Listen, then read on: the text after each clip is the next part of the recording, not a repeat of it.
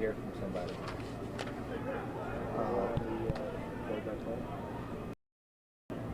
I'm trying to see. I don't think. Yeah, I know, but I'm not sure. It was 14. No, that one's there. I thought 7 scored the other one, but I'm not sure he was on the field. 14 was on? No, 14 was. Yeah.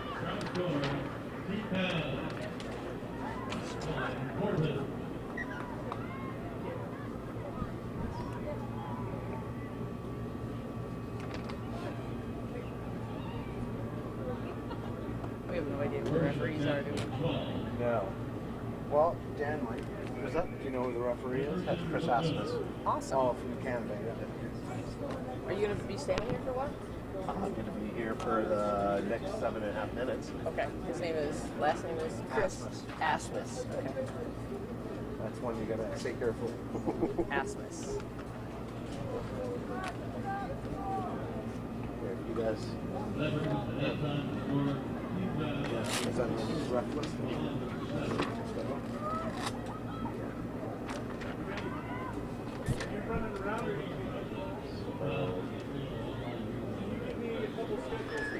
Hello and welcome to Cary, North Carolina, and I'm Doug Cross with Katie Wurst, and we're catching you up with just in the second half action. Field action as well, and as we said, we have Trinidad and Tobago. So Trinidad working their way across the field. Passing coming from Shaquille Tull, but that gun has gone to ground, and now looking to reload. And a bit of a dump tackle there after the pass, but no penalty coming from that. Knock on to Trinidad and Tobago, but they're playing advantage now. Going the other way. Can they make some more magic happen as they own this 2-try lead currently? Weston brothers, Ed and Paul, bring a great deal of physicality to this Cayman side. That's going to be Clark. He's found a gap, and he's going to score Cayman's 3rd try of the afternoon. Actually, we're still in morning time here. It feels like late afternoon temperature-wise, and that puts Cayman on 15-0 at this point. So they may have this game well. They certainly seem to be in the driver's seat with just some physical on, as you mentioned. Clark dotting down for the looks to be going in all Cayman Islands' favor at this point. So the conversion kick. We're at Koka Booth Field, one of 2 fields featuring NACRA Sevens Olympic qualifying action. We're kind of quick to just get on the air, and we didn't tell you what we're doing. Needs to stay under the awning. We're not running around like madmen out there trying to get some tries across the line. It's from James Phillips. Sorry, Robbie Cribb. Now Trinidad and Tobago. On the front foot. There's a break through the line. Nice tackle. Great speed there shown by Anderson Joseph early. Saw the gap and went for it. Referee Chris Asmus saying not releasing the tackled player. Trinidad retreating 10 meters. Unfortunate bit of lack of discipline there early from Trinidad after making a great break forward. I find it's one of those penalties. The referee's perspective, you didn't let him go, on the player's perspective of time, and have enough time to deal with the situation, but you do have to release immediately to keep the game flowing. Certainly with some of the dangers of those speedsters like Joseph when they break forward, very difficult to get there in place. Early sevens is about that work rate and getting yourself into position to help your team. Kramer Bell's 1st try for a great line out there. Looked like he might have overthrown the target. Trinidad's gotten to it, knock-on ball. And so Chris Asmus is seeing enough. He'll bring it back for the scrum, and it'll be Cayman put in. Good hustle play there by Shaquille Tull to run down that ball. Put a little bit of pressure there on Cayman.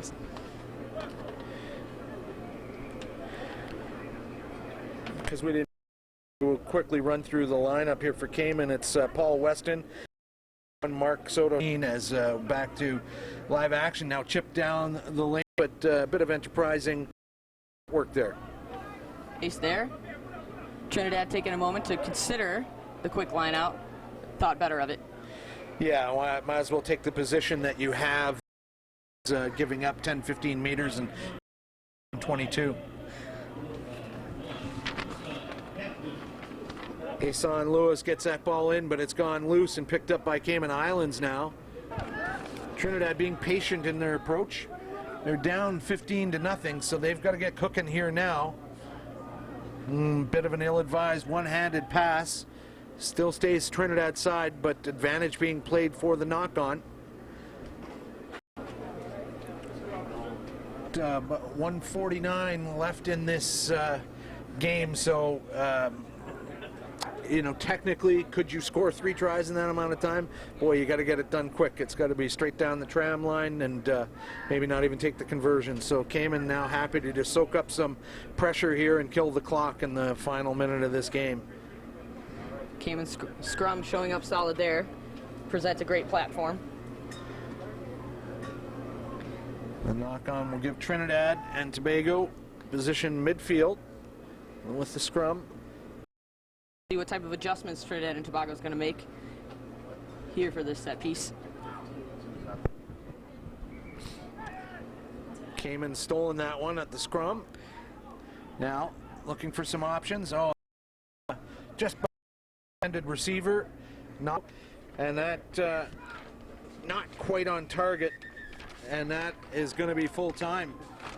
So that was a quick end to that result. So 15-0, the final score. Cayman Islands coming out on top of their Caribbean rivals, and you know, there's more rugby to be played. I think Trinidad and Tobago didn't display their best stuff in this game. Certainly, we saw a couple of Next game, which is going to be what happened to our schedule here, Kate?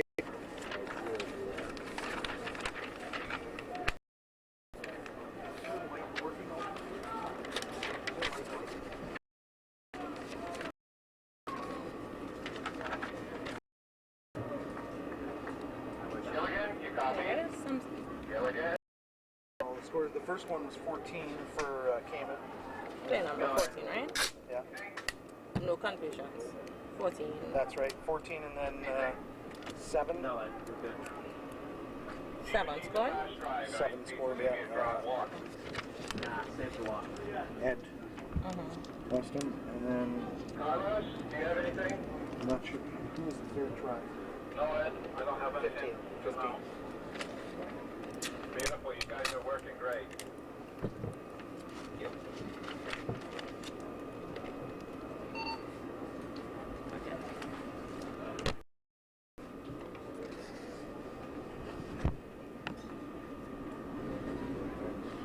Now between games, are they stopping? No, I'm 3, so they'll know who's who. Yes. Where were you doing it from? Okay, I just go right here. From Hong Kong. Gabby Lee. He's supposed to. I don't want to throw this here and all the extra games. All right. Yeah, I would say just put them right there. So Then I'll I'll do that, know. you know. Perfect. I'll try to do one at a time so you don't have a bunch. Yeah.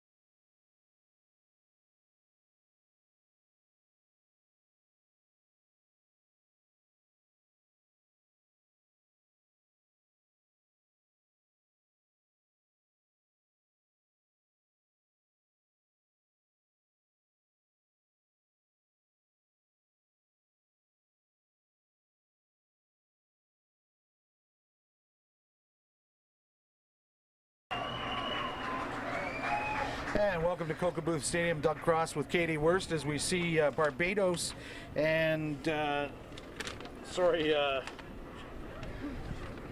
Barbados and Cayman coming onto the field. Our first women's game at Koka Booth. And Katie, we don't know much about these teams, but they do like to play each other. Certainly, Barbados is going to be in the yellow, and you'll see Cayman is going to be in the red jerseys. Two great Caribbean Islands nations. We're in for a real treat for some excellent women's rugby early on in this tournament here. So, number 1 for Barbados is Stacia Payne. Is number 3. Danielle Phillips wearing number 4. Karen Holmes is 8. Akila Lashley is 10, and Selena Callender wearing 11, and Charisse Hart sporting number 12. As we're getting ready to get underway, Gabby Lee is our referee from Hong Kong. We'll bring you the Cayman lineup first chance here as Barbados gets us underway here. And first mistake grabbed by Barbados there. The kickoff wasn't handled properly, and so here's Barbados with a chance. You might hear some cheering. That's the field behind us, the main stadium. We got two pitches in operation here for the NACRA Olympic Sevens qualifier. Follow us on Twitter at NACRA Rugby. Barbados now getting across the 22-meter line, showing some crisp passing decisions. Cayman trying to roll that player over, but it's still staying Barbados' side.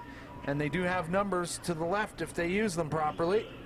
Oh, that was a bit of a high tackle. That'll get you a belt buckle and rodeo, and that's the first try of the afternoon from Barbados. Barbados really just capitalizing on that first restart where the Caymans just weren't able to handle the ball in air. Barbados quickly recycled that ball back, maintained possession, put a couple of great phases together, and the first to draw blood here in this match. So taking a look at the Cayman team here, Cassian Lawrence is wearing number 2, Chanel Gall is 4, Sabrina Douglas 5, Marlene Williams 7, Jenna Richards wearing number 9, Maggie Ebanks is 11, and Tracy Seymour is 12.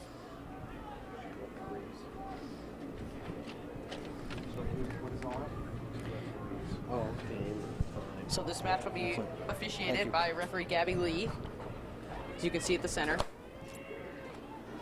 I just broke our cooler. Sorry about that. Barbados with the restart. Cayman had trouble with the first kick, and this one is bouncing around as well, but now really they're all. Cayman now pass to Cassian Lawrence. Cayman looking to take advantage of this numbers up situation. It's in a 3-man up situation. They're able to scramble over and make the tackle at half field. Marlene Williams has found a gap. Doug, as you mentioned, the Caymans really looking to use that physicality that they have. Speed might not be their first to go to, but really great little run there and nice equalizing try. More importantly, that ball dotted down right in front of the post, so that could give them a 2-point cushion here. And certainly in the game of sevens, all making sure that you're good on those conversions, really critical here for this tournament. It's a long day full of a great amount of rugby, and a great effort there by the Caymans player center of the try. And that's going to be number 4, Chanel Gall, taking this kick. And flag goes up, rewarding her efforts, and it is 7-5. Cayman in the lead here at Koka Booth Stadium.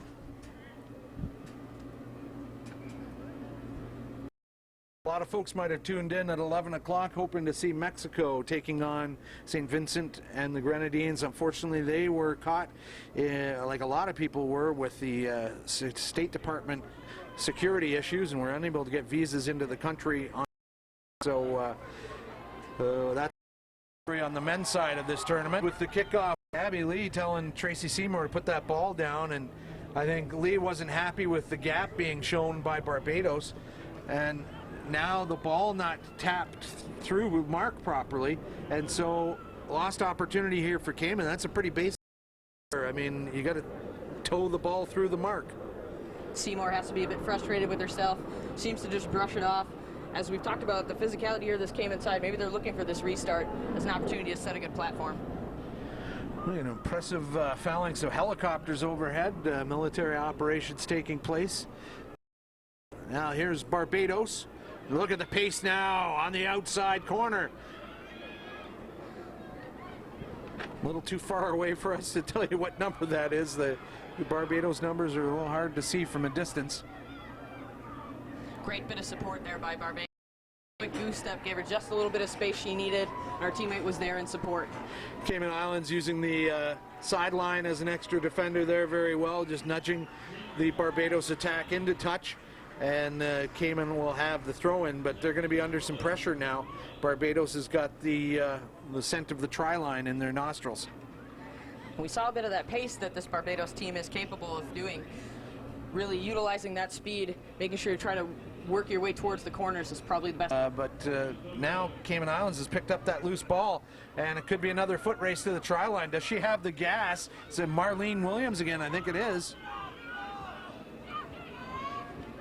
No, Chanel Gall. And that was Holmes for Barbados on the cover tackle. Great job, good commitment to stick with it. So that was a nice run of about 55 meters before the cover tackle from Barbados stopped Gall, and it's going to be a line out. Someone inconveniently placed an elevator shaft right where we should be able to see this game, but the cameras are bringing you the pictures. We're just kind of nudging our heads over the camera ops here. Clean take by Barbados. Key moment to make sure you control that line out. Stepping through, nice tackle at the 22-meter line. Excellent work by Lawrence to get to her feet quickly and contest.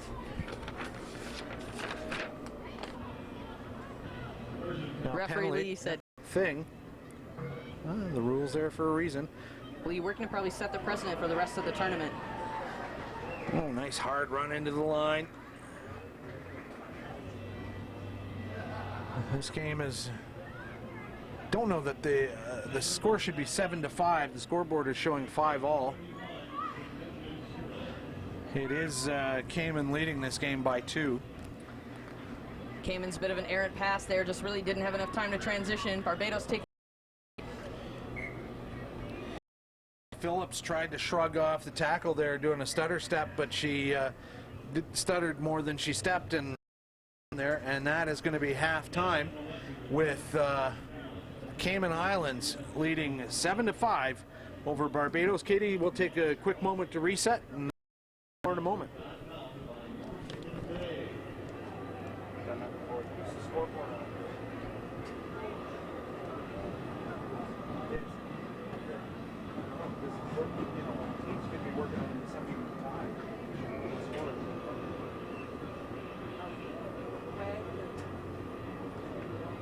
I don't know if that's down operations. What's her name? I think it's in the press box. This scoreboard for this is in the press box? Yeah, I don't know. How are they seeing it? I have no idea. There was, or maybe that one is for that one. Yeah. I don't know where the other one is. Yeah. I would honestly. Yeah, just we should have the right score.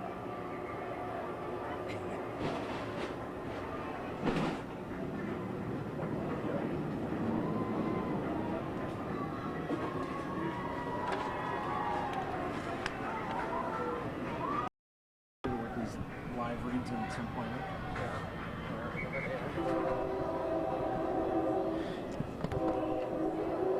So getting ready for second half action here at Koka Booth Stadium, part of the WakeMed Soccer Complex here in Cary, North Carolina. Idyllic, beautiful summer weather here, 92 degrees. Humidity not as bad as I thought it was going to be, Katie, but you know humidity moving to Florida now. Humidity, actually, the weather is one of these things that looks in terms of. So great location, good opportunity for these players to feel. So Cayman Islands holding a 2-point lead, and they will kick off. They the kickoffs to them from Barbados in the first half. Let's see how they do with the restart. Can they get it? And it hasn't even gone 10. Whoa, wait. Now you can touch it. There. So it did go 10. It just took a little time to get there. Yep, great patience. Waiting to see how the play would evolve. They'll go with the line out. And that was good by Gabby Lee to recognize that the ball might go that 10. Some referees would blow that up quick, say that was a terrible kick, but it doesn't say it has to go by land or air. Needs to get that 10. Well, oftentimes too, strategically trying to get at the 10 so they can compete for it. Now Barbados on the front foot from the penalty, and Cayman equal to the tackles, putting the pressure on Barbados.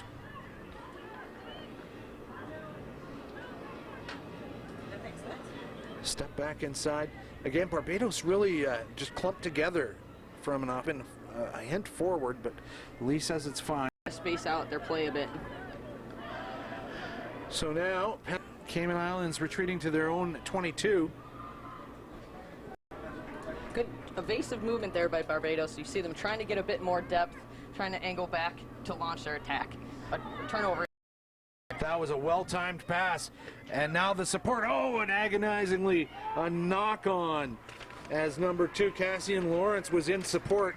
That ball going the other way now for Barbados, and Gabby Lee, the referee from Hong Kong. Just look up field, saw the try line, took her eyes off the ball. Really what defensive prowess. She's the first to get into the tackle and the contact and gets to her feet, trying to get more involved on the attacking side of the ball. And we have a player down back behind the 22. I don't see the color up there. What color am I seeing over there? Looks like it's a Cayman Islands player. Yeah.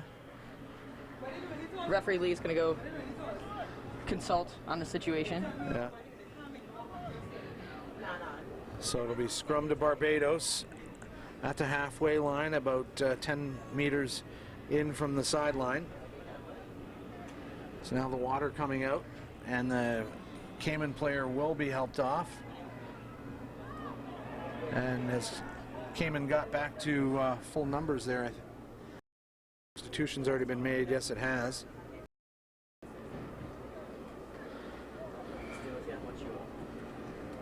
Close matchup here still, Doug. Still 7-5. A little bit of an early shove there from Barbados. We get close to the end of the game, you know, the penalty kick could loom large if the score stays the same. Barbados may opt for a penalty kick. Certainly, and teammate Gall, who made that kick, will be thanking Williams for centering the ball. That's right. So, yeah. Again, more of that bunching with the Barbados team, just working to try to spread as much as they can. Whoops, she just clipped the outside corner. Shaking off at now, getting the 22-meter line. Loose pass picked up immediately by Barbados, and while it's not attractive rugby, they're doing the basement of the ball back there by the Cayman Islands. Play there back and forth, just some errant passes happening. They're trying to make the lead happen, and their pace just isn't there to intercept. Krishana Trowers is going to get this ball now. There she has it. And a lot of lateral running. She may get cut down before she can make that pass. She gets it away. But now you can see definitely some speed mismatches there on the outside. Maggie Ebanks looking real tired there. And this is going to be, is it going to be a try? Gabby Lee is almost acting as a blocker there. And it's a bit of a horse race right to the end. And the try is scored by number 2, Cassian Lawrence.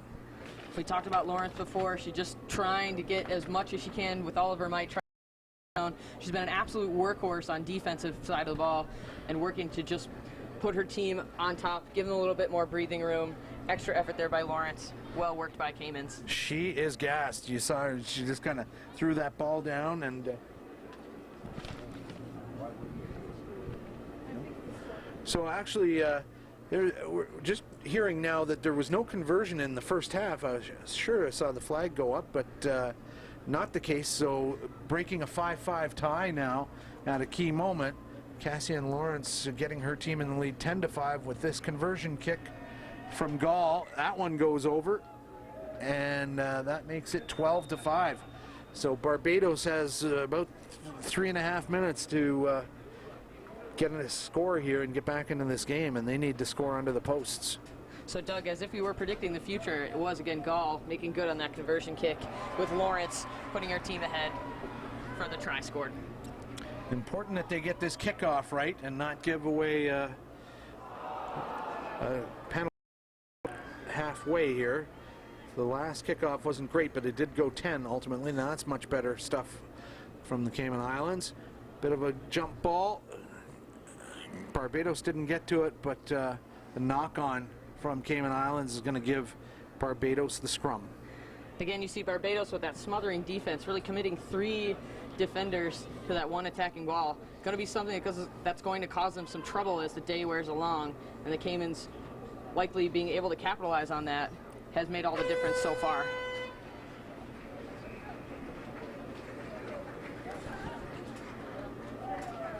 So all these young women with Olympic dreams hoping to get to Rio. If we're being honest, there's really one contender in the women's side, and that's USA has been playing some fantastic rugby on the World Women's Series, and everyone else just, you know, not going through. Want to get better, and there's NACRA replacements and a chance to get to the Hong Kong Sevens and other tournaments, all hanging in the balance if you perform well here as well this weekend. And speaking of great competitions, you can have a chance to come out to Sacramento, California in July and witness the Pacific Nations Cup doubleheader between Fiji and Samoa and the USA Eagles in Japan. It's going to be a World Cup preview at Bonnie Field. Tickets can be bought at www.ticketmaster.com. That scrum going back, but Barbados now getting that ball. The final horn is gone here, so next stoppage that isn't a penalty, that will be the game. So Barbados desperate to get this right, no mistakes in the last seconds of this game. They must score, and score under the post if they can, to tie it. The best they can hope for is a tie in extra time. That's hard for Barbados, working overtime, really driving with the legs, getting a couple of extra meters out of the deal. As much time as they want, but that forward pass may end their day. The nature of that, and boy, 50-50 passes, not what you want to be doing. But that is going to be the game with that knock on. And so it's Cayman Islands prevailing 12-5. Great effort by them. Break a 5-5 tie in the second half and come away with the win. So next up we have in women's action, Trinidad and Guyana, and our paperwork here so it's not blowing all over the place.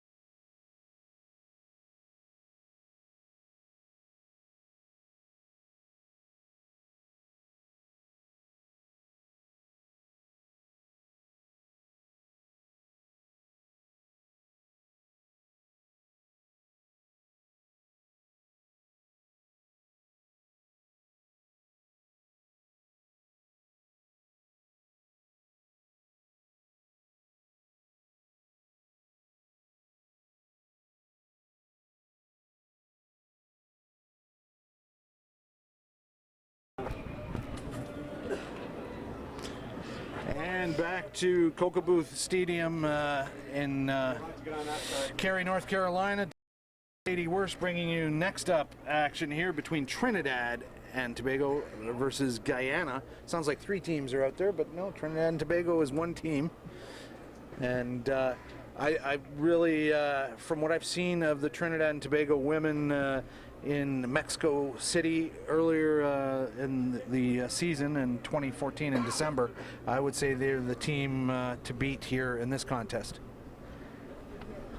Certainly, we've talked a lot about, we'll probably hear a great deal from Nicolette Panter, who she's really, rugby is in her background from childhood. Kathleen Stephen getting that ball out to the right side now, and a penalty coming right away. Referee is Haley Slaughter. And now quick tap ball. Look at the gap there, and that's the kind of stuff we're talking about from Trinidad and Tobago, and country with a great background as well. And that looks like Nicolette Pantor, you just mentioned, getting first points up here for TNT. She's working as the vice captain there, really showing her pace right away. We can already see the difference in the sheer speed that this Trinidad and Tobago women's team is going to be bringing.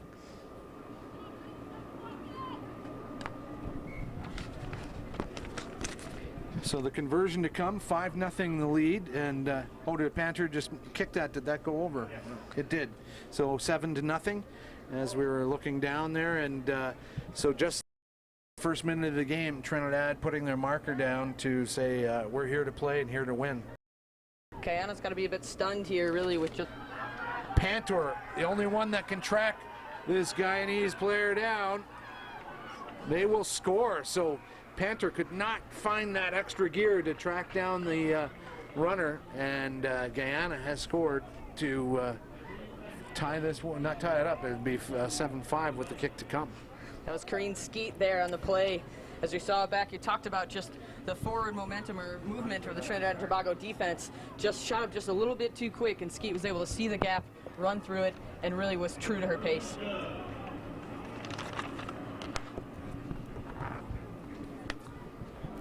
That kick goes, it'll stay 7-5. But a good response from Guyana to both these tries were opportunistic, finding the gap, and run and gun. It wasn't a lot of passing, it was just finding the space and stepping on the gas.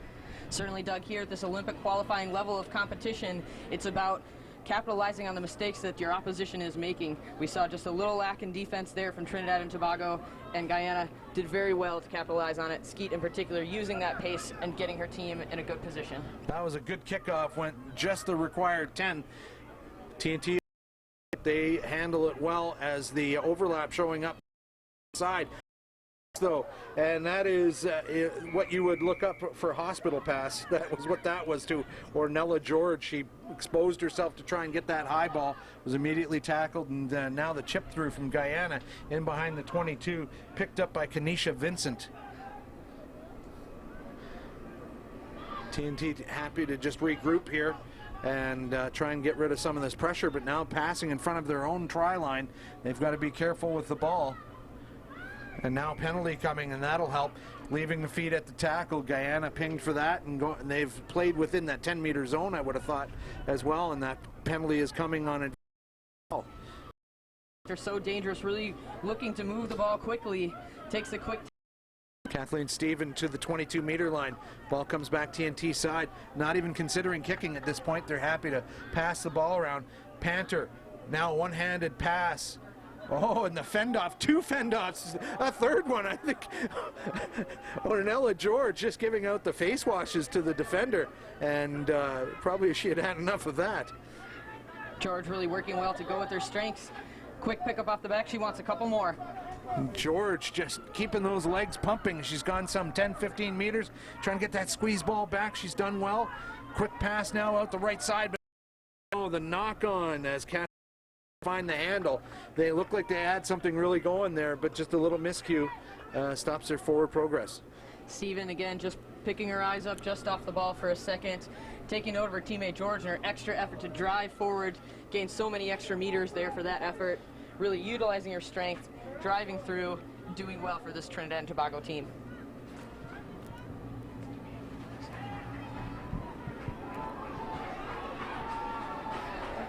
So the scrum coming Guyana's way. Quick ball back, it's out now. They're going to have to deal with it. No one really covering on that right side of the scrum. Panther now trying to pinch that ball at the breakdown.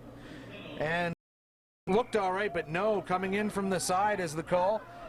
So just as things are looking promising for Guyana, maybe not the vision. A little half gap work there by Skeet, just wasn't able to get that offload done. So credit to Trinidad and Tobago's defense there, making sure they're getting in the passing lane and not giving her an option to continue play. So this is an important scrum for Guyana. It's a good attacking position. They're splitting their backs, not showing their hand which way they're going, but no one told Trinidad and Tobago, who's now stolen from time. Trinidad and Tobago just dominant so far. You see those 10, Alana Reese scored that one. Yep, that certainly was Reese. And really great recovery there by Guyana after that really difficult scrummaging incident. Just picked it up, Reese saw the corner, able to utilize her speed, and did well to earn herself a try.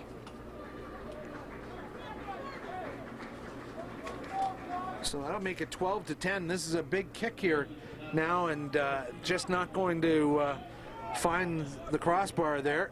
So it'll stay 10, and we're just 25 seconds away from halftime. That was Andrea Lashley on the attempt. She had the aim, just didn't have the distance there.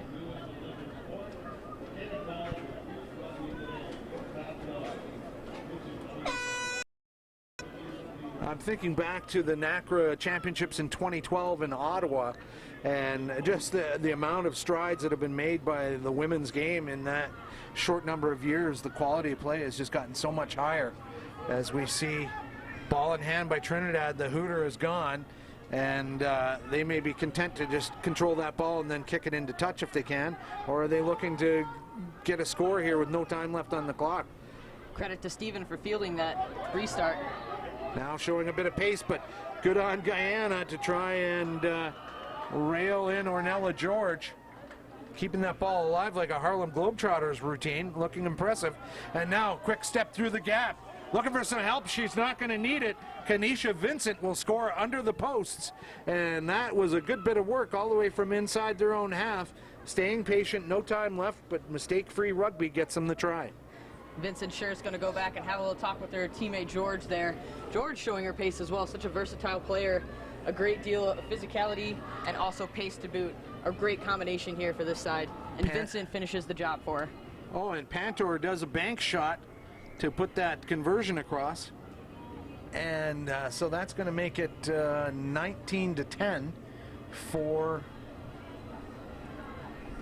Just seeing if the scoreboard's staying up with us. I believe that'll make it 19-10 at halftime. We're going to take a quick break and back with more rugby action from Cary, North Carolina. Section to the beginning. Yes. Exactly right. That's what I'm mixing with that Yeah. That first try. Yeah. It was like the five, yeah. Okay, so sort of. And so there was a third try, and that was who, Tanisha Samuel, or 10? Annika, no, that was 10 for Guyana. 17, 19, 10. 19, 10. Do it, yeah. Do you don't remember who scored the third try? You agree with that, Luke? 19, Yeah. 10? Yeah. You got it. I think it's worth. Yeah. I don't know what game they're watching. So we've got a long break here, right? Because that's a bye. Yes. Break and a bye. And then Guyana and Cayman Islands and stuff. I think I may be going over and doing the Canada game.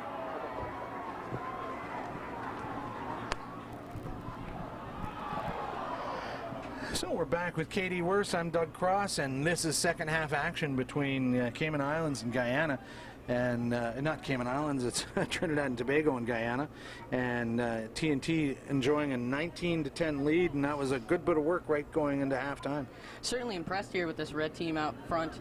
TNT has shown just a number of different weapons that they have in their arsenal. We saw George, really just a great balance of physicality and pace, and then Panther as well, just speed all day long. A kickoff being accepted by Guyana. Bit of a loose ball now at the 22-meter line. TNT just pouring through, putting the pressure on. But a little bit of a nudge, knock on, will stop the forward momentum, and it's going to be a scrum to Guyana. And this is not a comfortable place for them to have a scrum because TNT has been pushing them off the ball every touch. Certainly just probably to their benefit, actually. Just a little bit of over-eagerness really worked very well and make sure to turn over that ball. And honestly, this restart probably helpful, but it's about to be a little bit difficult for them.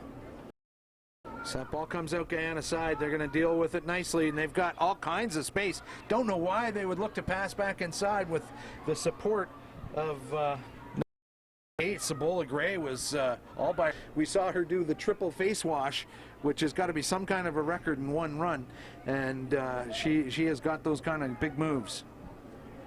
Certainly both Annika and Ornella George, just great physical players.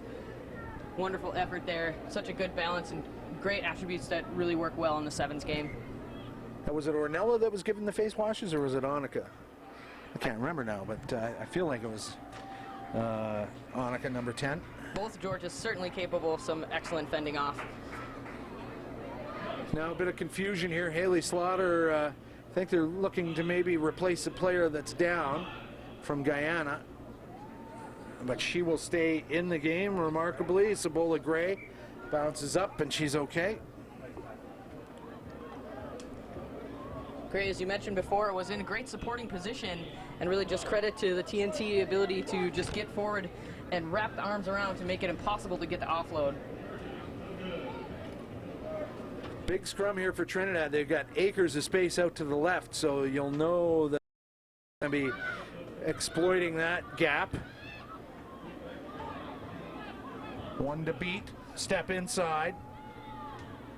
Dahlia Jordan Brown, she's tied up. Ball staying TNT side, advantage being played by Slaughter. And now all kinds of numbers going to the left, and Panther shows and goes, and she will go under the posts and really ice this game now, putting it up to 24-10. Panther just really showing why she's a leader here of this Trinidad and Tobago team. Exceptional pace, also showing and going the ball, backing herself and having that confidence to go forward and inching her team ever closer to the ultimate goal. Still lots of time left in the second half, 4:46 to be precise, and Guyana shouldn't give up, but they have shown that they've got some speed merchants on their team. They've just got to get that ball to the outside, and an excellent example was missing the fact that Gray was available on the outside and passing inside. They got to have a little more vision. Certainly, Doug, really they're about one pass away from really breaking it open field style.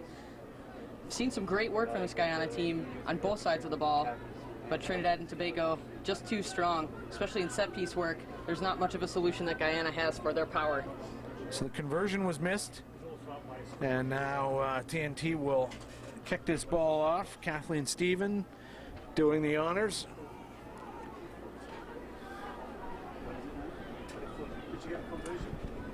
Stephen would like to go for the deeper kick this time. Just hopped over the head of the Guyana player. So, yeah, I think Guyana's got to really show some more urgency in the way they're playing, and we're seeing that now. Pass off the forehead of a following team. Isn't going to do it, though, and it's providing a scrum almost identical position as the last scrum that started the try for Trinidad and Tobago. What we've seen so far this half is really just picking up their defensive pressure. They're moving forward well together. They've got a little bit of an issue making sure that they're cohesive together and their line integrity. And Guyana, if they can do well, they can look upfield and try to find that gap and exploit just that small weakness.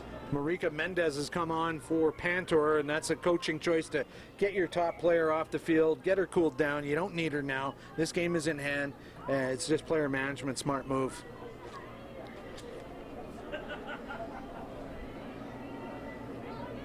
So Mendez pressed into action right away with this scrum. Will they continue to dominate that ball? Coming out quickly, kick pass back.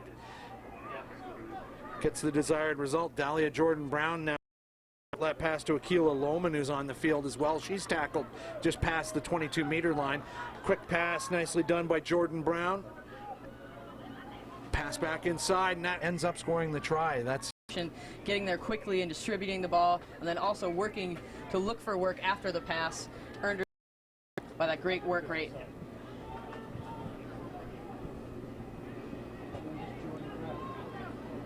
So following this game, we'll have a bit of a break here on Field 2, Koka Booth Stadium, and back with more action coming up at 1:44, depending on where you're watching us. We've got thousands of you that hundreds into thousands watching from around the Caribbean and North America, and certainly interested parties all around the world Olympic-wise going to want to see how USA and Canadian men end up tomorrow. That's going to be the big game of the weekend, as everyone's predicting. A restart clean to Guyana. Stepping through, trying to get something going in the dying minutes of this game. Forward pass isn't the answer. Turnover ball. George now, Annika George is going to score. She's going to turn the corner and try and make that kick a little easier, and she nearly paid the price. Close to the dead ball line, but she got that ball down just in time. Ornica George just quickly scooping up that ball and streaking forward. And credit to Guyana for never giving up there, having some good defensive pressure. She was able to touch it down at the last second. That's great poise there from George to finish the job. Of course, at the South American qualifiers last week, it was a player getting bundled across in extra time. Argentina could have won and become the qualifier, but instead Colombia won because of good defensive work in goal. And that was Steven on the missed attempt there for the conversion. Really good and Tobago team here in the second half. They really have picked up the pressure that they put defensively to keep this Guyana team pinned back defending. So this will probably be the last restart we'll see in this game. Guyana getting that ball. Did they knock it on? Yes, they did. That was too bad. And so here's Trinidad with maybe one more bite at the apple here with the scrum in a good position. The way they like it, just having lots of space out to the left-hand side. Certainly could be a fitting kind of last-second attempt here from Trinidad and Tobago. They've just shown their prowess in the set pieces all game long. A final hooter's gone, or a regatta has just started, one or the other, but we're going to go with final hooter. Kick pass back again. That's a neat way to deal with pressure. Now that's Dahlia Jordan Brown, our try scorer, on our ground, but she's picked up and done well from the sitting position. And now a great pick and drive from Akila Lohman. She may have the gas to go all the way. Yes, she does. And she'll score one more time here for Trinidad and Tobago. And that just shows how bad they want to perform in this tournament. And points for and against are going to maybe help you in pool play. Absolutely. Every point counts here. Lohman really finishing with great pace. We haven't seen much of it all game. She's finishing off on a high note. But back to Jordan Brown, really falling back on her backside, popped up and was able to make something out of nothing. So really just waiting on the conversion kick, and then that will, Neil Brooks, is that score up to date? Stevens really doesn't have the foot there to finish the conversion. So that is it. Trinidad and Tobago win that one. Scoreboard showing 34. We believe there's another try missing off of that one. So go to the NACRA.com to check all the scores there. And that will do it. Action from field 2 here. For now, we're back at 1:44. Guyana taking on Cayman Islands. For Katie Wurst, I'm Doug Cross. Thanks a lot for watching. Back with more rugby action. It actually went 5, 10, 12, 12, 5. But they actually scored We have a the first two field tries team, of that and then there play. was a 5. That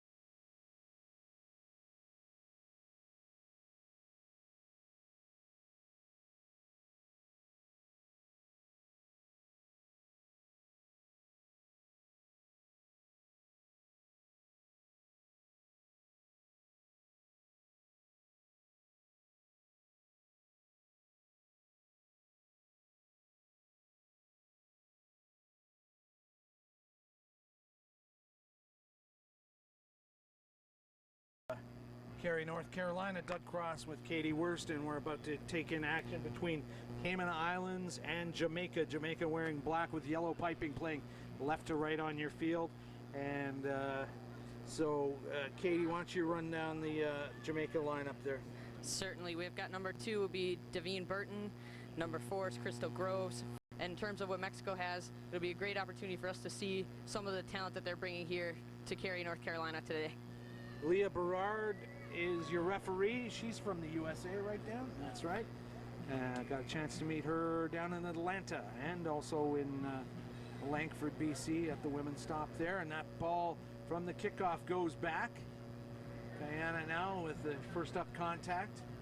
Mexico, great deep kick just to challenge them right away. Let them know you mean business. Now Guyana finding the first seam in the game, and she's going to have to back herself. No one near her to help, and that is, number 10 for Guyana, Alana Reese. Alana Reese was looking for help, and finally help arrived, but not in time, as Mexico has stolen that ball from the tackle situation. Done well to come all that way and take that ball. Now throwing it around in front of their own posts, and this could go back the other way, and it will. No one is going to stop Mexico now on this run. Number 4, Karina Landeros. Is that number 4? It looks like it. Yep. They've got fancy fonts on their shirts. Just credit to really Serpiente showing some really great poise right now to chase down that great run by Guyana. Unfortunate for them to have them go all the way back the other side, but really just regrouped and set the ball, moved it quickly, was able to just march straight down the field and turn the speed on to finish it off. Great start there for Landeros. That's a lot of confidence, throwing in front of your own post and then breaking out for 95 meters. There's the conversion by Landeros, and the flag stayed down on that one, I think. I want to say no conversion. Are we sure there was no conversion? Okay, so no conversion there. And the sitter right in front of the post. Go figure. Mexico to restart. It's exciting to see such great pace here by Mexico. Landeros really just taking it upfield in stride. Back to live action now.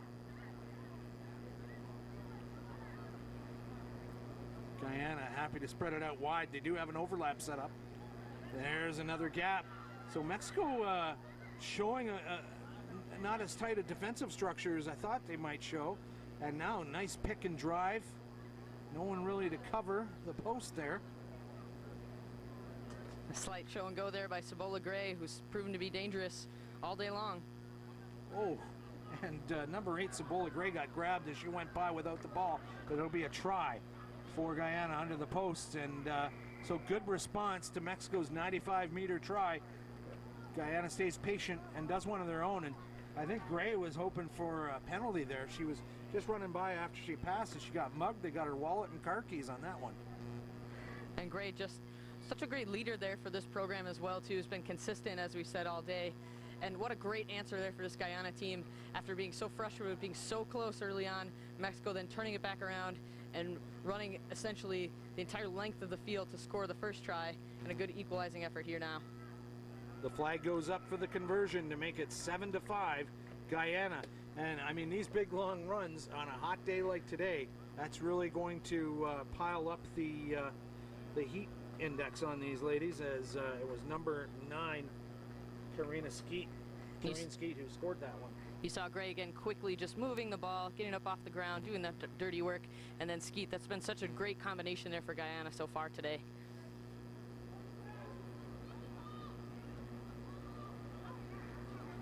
Short kick just dribbles across the 10-meter there. Now Mexico hoping to spread their fortunes a bit. They do have the overlap set up. One more pass could set it up, but instead back on her heels is Georgina Zenteno, and she's brought to ground. She'll have the presence of mind to keep the ball her side, though. Nice service from Fernandez. And now outlet pass just off the fingertips. It goes back and into touch. And so it'll be line out for Guyana. So opportunity left begging there. The passing just not precise enough. Really just the technical execution not quite there. But what you notice is Mexico's real great speed and realignment. So good to switch the field quickly. They're coming up with a great deal of depth. if they just get the passing right, certainly will be able to launch an attack that's worth some points to be put on the board. Line out far sideline. You can see from the touch judge's flag, there's not a lot of wind. We're feeling a breeze, but I think down at field level, we're probably not seeing the same type of wind action because of the tree break and everything like that. Temperature is rising here most of the day, Doug. As these teams play more rugby, it becomes more of a challenge to get through it. 36 Celsius, that's really hot Fahrenheit, and you know, the players have got to stay hydrated, but they got to give it their all in a 14-minute game. Now pulling in number 6 Andrea Rodriguez, Guyana, staying equal defensively. That was Gray and Reese both on the tackle. And that's Rosa Rivera that will score for Mexico. So important response. They're just going try for try here, and that is making this contest interesting. That puts Mexico back in the lead, 10-7.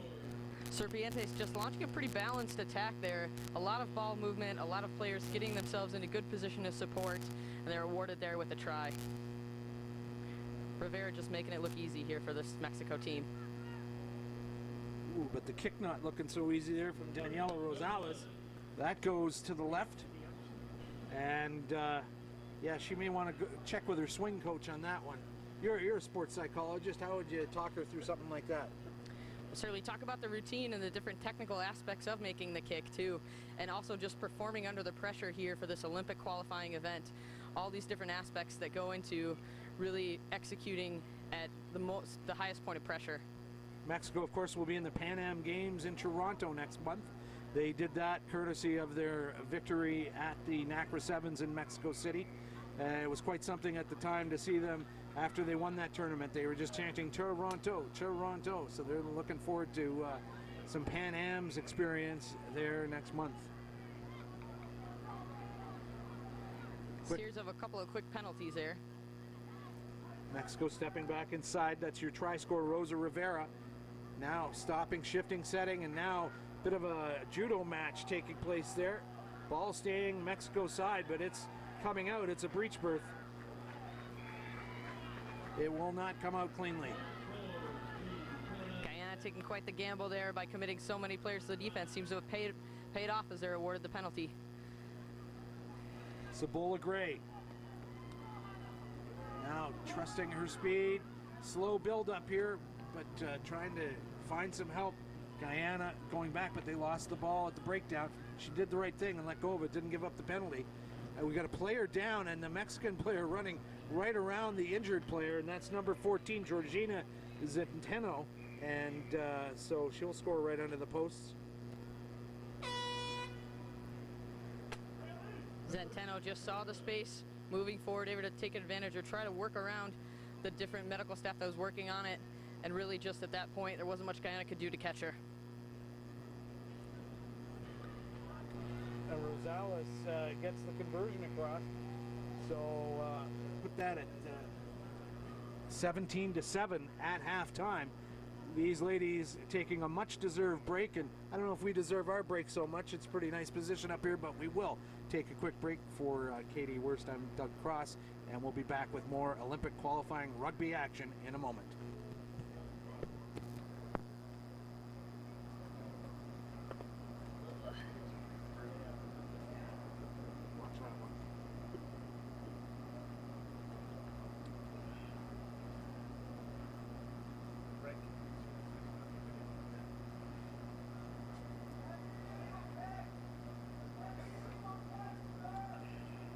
Probably try and get a commercial. Ours is not showing either. The feed's down on the Probably side. what they happened is they caught slot. If only one's working, they probably slot. Oh, we've got, okay. You have two monitors. One of them is that field, the other one is this field.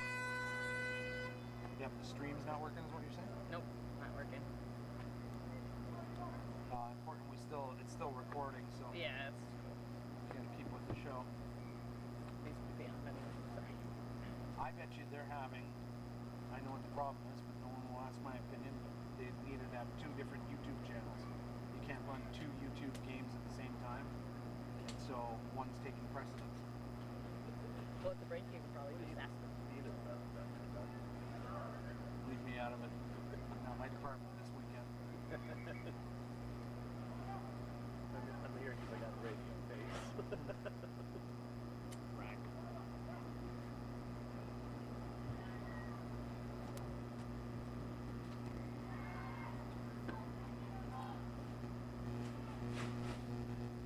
back to Koka Booth Stadium in Cary, North Carolina. Doug Cross with Katie Wurst as the Mexican women lead 17-7 over Guyana.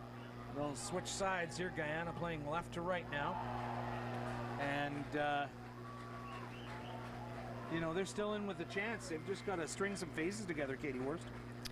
Really, Mexico, the story's been in their favor so far, just in terms of having some good composure. Whenever they have possession, they really work it and they use it well. So, and they've had a number of different speedsters that have been able to put some points on the board for them. She went well over the halfway mark, and now someone touched it within 10, so they'll bring it back to halfway. Quick tap ball by Mexico, and they'll try and punish that mistake. Cleanly taken by Alma Rivera. Going back the other way is Garcia. Rosales. Nice link up midfield with Rivera. Nice scramble defense there by Guyana to cover the numbers.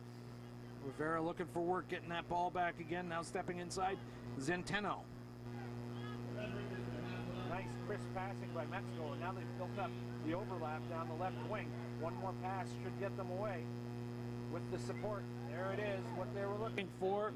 Alma Rivera. Quick offload, bounce pass into the arms of Lenderos. Scored a try in the first half. Now it's Rosales. Loose pass, advantage being played. Again, Mexico's just the real technical aspects of being able to catch and pass have been what's been letting them down, but their alignment has been really on point at this stage. So we'll have a scrum. It's going to Guyana, but this is one of those times Mexico may put a big push on and try and steal the ball here at the scrum, and got a Guyana player down. Mexico swapping out a player as Wendy Garcia goes off. We'll tell you who that is that came on. I want to say it's Neri Reina has come on for Mexico, and the Guyanese player, I think she's just feeling the heat more than anything else. They may want to just try and bring her body temperature down a little bit.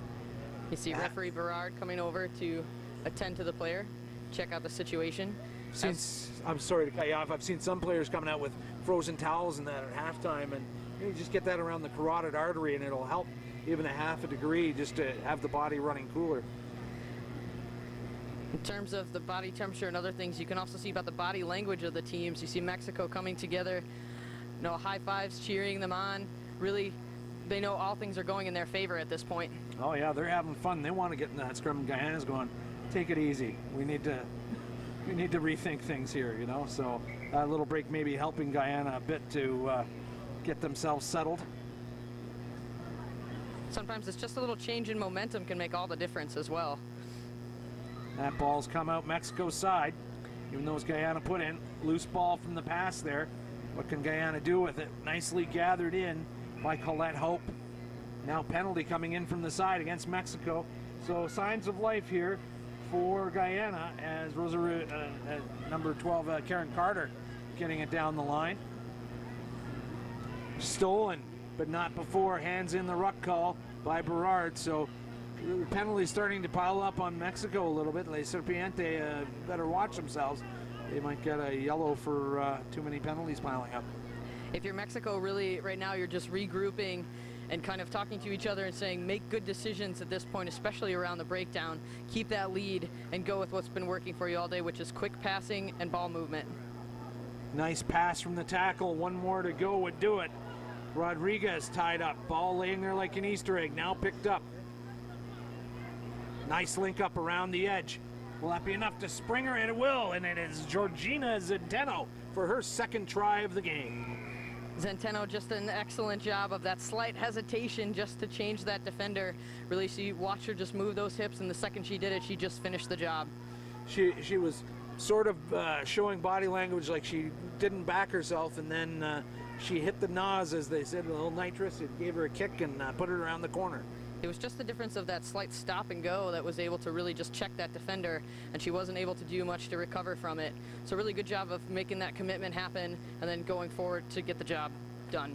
Rosales with a real fade to bring this one around potentially. That'll travel left of the posts. stay unconverted and give us a 22-7 score with just a couple of minutes, well, more than a couple of minutes, about 3.5 minutes left on the clock as we look at the replay here of Centeno.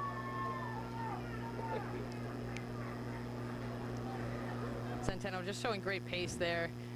And really, her teammates are right there to congratulate her, get her right back up, and let her know you've got to get back out there and finish this game. Guyana not paying attention at all. Mexico was. Guyana was having like a boardroom meeting or something over in the other part of the field. Mexico said, all right, if you don't want that part of the field, we'll take it. And there, Mexico with free reign with that ball. Landeros, she's brought into touch heavily, but a bit of a clangor as a team. Guyana not setting up for that kickoff properly. Guyana just really reacting to the player that was down earlier with the fatigue. You can kind of see it setting in and losing their mental focus at this point. And Mexico just, again, you see this great realignment so quick to get in good position. Getting it down the park is Landeros. Link up to Rivera. Forward pass stopping it all. Guyana will have the scrum. Not sure that does much for their cause at this point, being 22-7 adrift. You see Mexico's few mistake is really just being over-eager to charge forward, causing that forward pass. Rosales will take a break for Mexico, number 15 coming off. I'll tell you who replaces her in just a second. You see Guyana smartly making a couple of tactical substitutions at this point. Probably trying to get some fresh legs in there and just kind of reset the momentum. I think that maybe numero 8, no, Islas was already on there. Maybe it's Andrea Rodriguez that came on. Really, Doug, we see with these substitutions, it is about making these smart tactical choices for both sets of coaching staffs, making sure that you can make your way through the day and set your team up for success. Dorian Avalar that's come on, advantage being played. Goes Mexico away. Things getting a little feisty around the edges as as you say, the fatigue and the focus maybe starts slipping, and so does the temperature of your temper. It starts going up as things aren't going well. Especially with the physicality of these scrums that we've seen in the women's side of the game. Now an indirect penalty coming Mexico's way. Will they turn this into points? Yet again. Landeros. Outlet pass to Reyna. Reyna now on the outside. That was just Rivera with a beautiful offload there.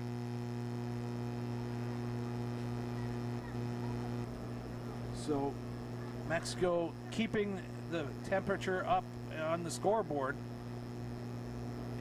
They are finishing this game with a flourish. Been really impressed so far with this Serpientes team here. Got a great deal of speed, but also just about utilizing all of the field and making sure that they're transferring the ball quickly to be able to get it to their strike runners.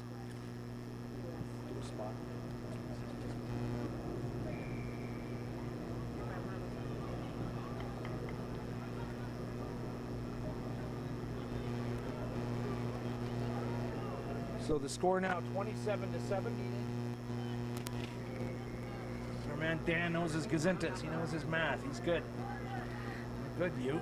As we're getting close to the end, we'll take a minute to talk about World Rugby Shop. It's proud to be the official online retailer of USA Rugby. You can get all your USA Eagles gear and more at worldrugbyshop.com. You can also find Mexico, Guyana, all sorts of different types of products there.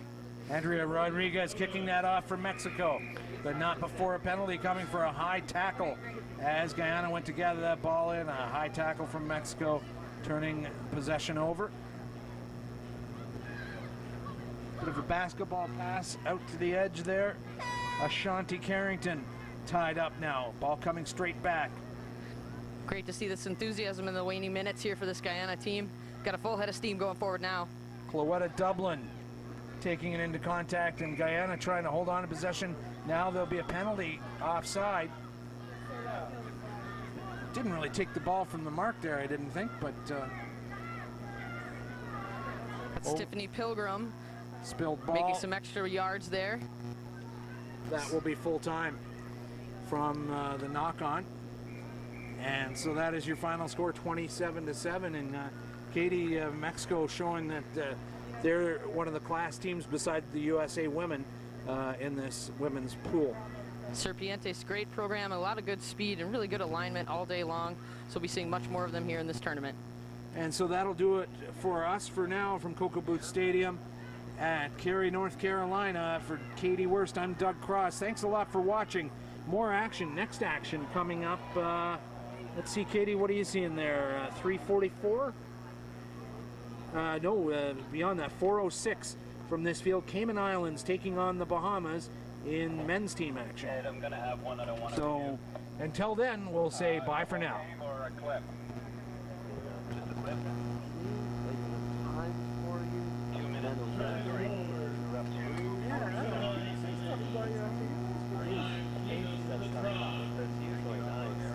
I said something super nice.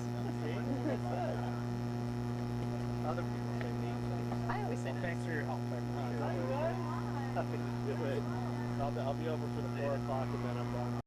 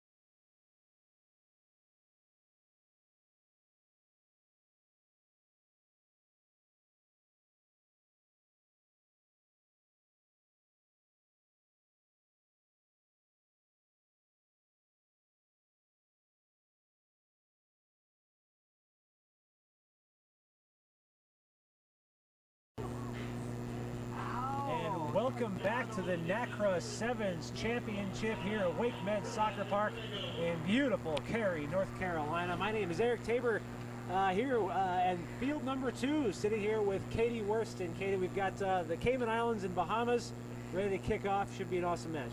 Yeah, great to have you joining us here, Eric, at Koka Stadium here in beautiful Cary, North Carolina, as you said. We've got the Cayman Islands in the white jerseys, and we've got the Bahamas in the blue, black with yellow piping. And we're underway. Cayman and Bahamas, immediately we've got a not 10, so we're going to have a free kick to the Cayman Islands. Incredibly close there on the line. Quick to call that for the match official. And Cayman doing their best to get on the board early. Oh, driven into touch. And we're going to have a line out to the Bahamas. So let's go through some starters real fast. For the Cayman Islands, Paul Weston starting at 1, wearing number 2, Mark Soto, he's the captain. Number 5, Justin White. Number 4, Robbie Cribb. Number 15, Joel Clark. Number 8, Dow Travers. And number 14, Kramer Bell. And just like that, here comes Cayman. Nice offload. And the Cayman Islands are over for the first try of the game. Nice line-out piece there, Katie Wurst. Yeah, certainly. Just good field position. Cayman has been just deadly in their set pieces all day so far, and really quick to get on the board early for this Cayman side. So we'll get you that number just as soon as we can on that try score for the Caymans, but we do know the kick is good, so Cayman's up 7-0 early on in this match, about a minute into it. While we're talking about the Cayman, we'll go ahead and go through their side as well. We've got number 1, Devon Woodside, that's the captain. Number 2, LeVar Boyd.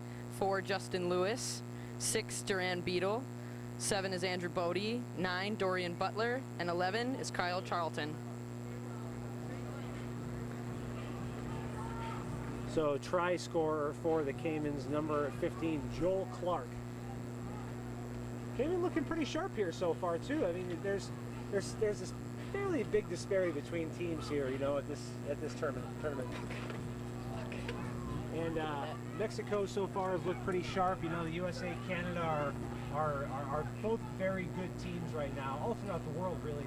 And Cayman Islands showing right now that they can hang with the likes of Mexico and maybe put some pressure on the USA or Canada to give it a try. But right now, the Bahamas, can they make it happen? They're there. They're over for a try. Number 12, Clay Gardner. Gardner, just a great effort there to stretch himself out, elongate his body just enough to get over the line. Really just going that extra mile, utilizing that score the try technique to get himself down and making sure to put the points on the board.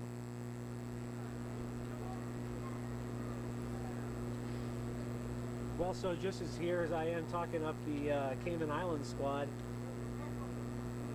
the Bahamas answer right back, and it's 5-7 now. Cayman's in the lead. About 2 minutes into this game now.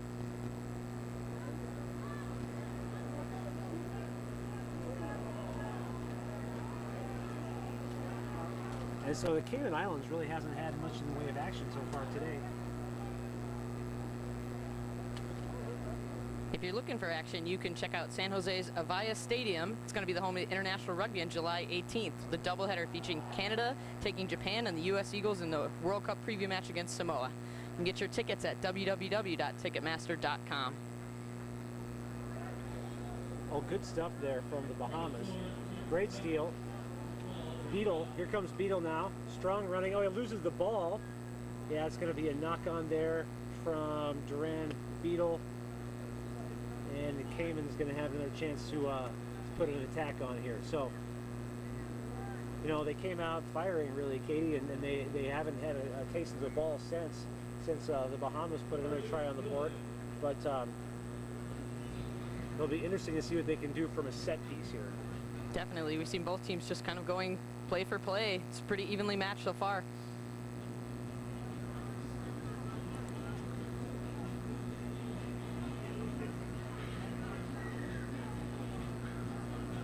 Referee Asmus didn't like the little bit over aggressive there. That was number 4, Lewis.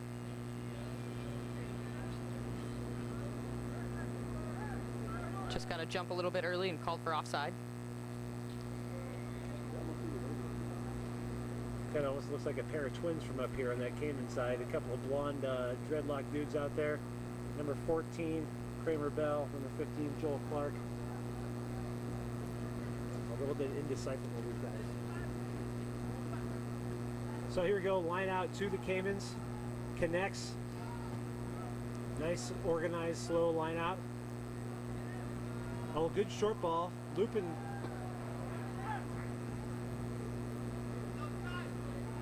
Here come the Caymans. That's number 1, Paul Weston. Running strong, Weston. Soto looking to go weak, does it? Goes back to the strong side of the field. Right. Out through Travers now to Bell. That looks like a forward pass. Referee Asmus just kind of letting that whole series develop there. He's quick to call. Really, Cayman's just working to try to find that edge on the outside. And Bahamas doing a good job of just shifting, sliding over, not giving them any space to run. Yeah, solid defensive play there from the Bahamas. There's Joel Clark.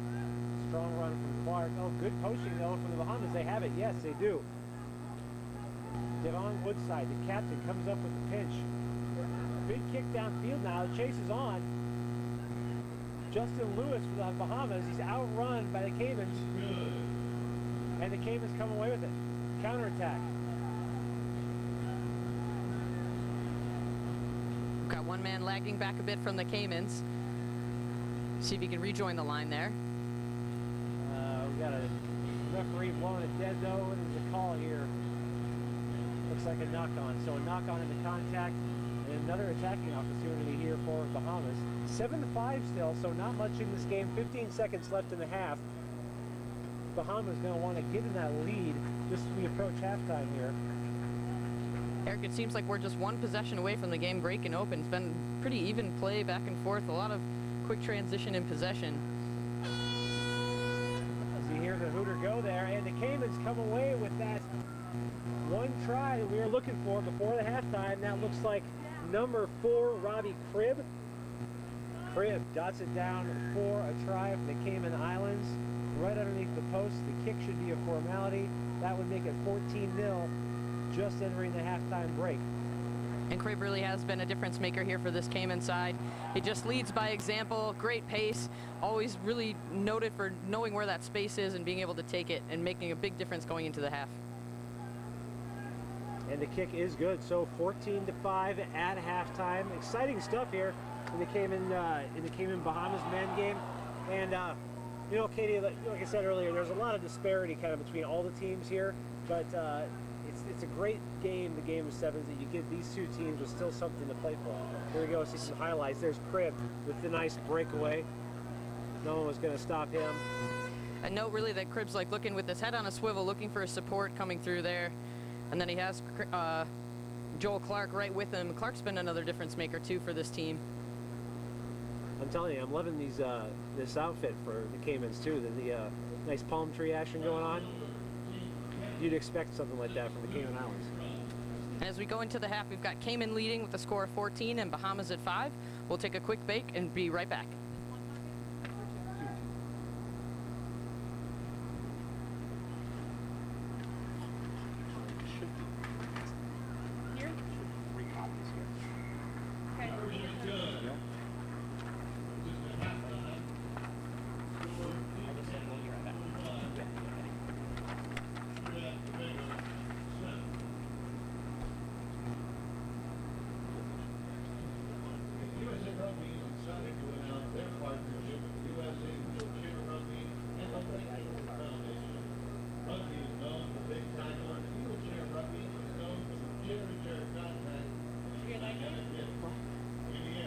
Very first play of the game, Trinidad guy breaks through the Canadian defense, first blood Trinidad. Yeah.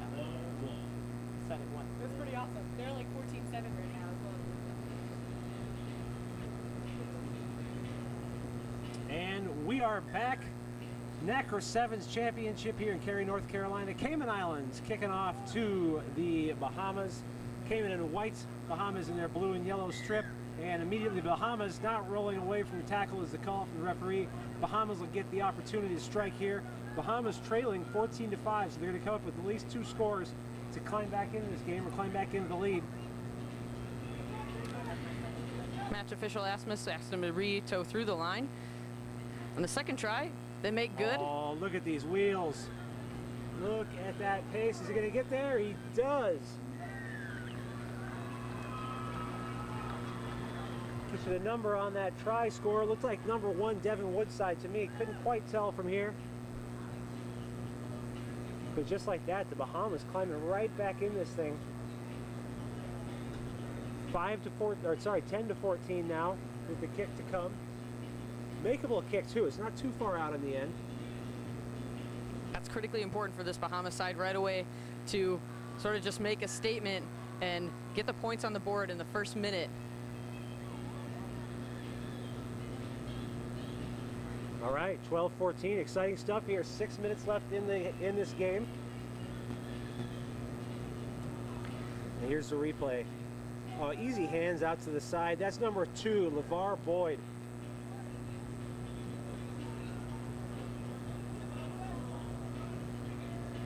Good stuff there from the Bahamas. Game carries on now. We've got ball into touch, straight into touch. So it's going to be a short arm penalty to the Caymans. Oh, they got numbers out left if they can use them. Doesn't need them. Going to need his support though. Oh, great little show and go there. It's Travers. Oh, that's a tough knock on there from Mark Soto, the captain. They were looking like they had it all to play for there. Cayman, just those critical handling errors that are happening so far at this tournament today. Soto looking just frustrated with himself. You saw a great show of sportsmanship there by Charlton, just kind of giving him a little tap, letting him know. Everybody knows how difficult it is when you see the defense coming at you. Take your eye off the ball for 1 second. It makes an easy pass look that much more difficult to handle.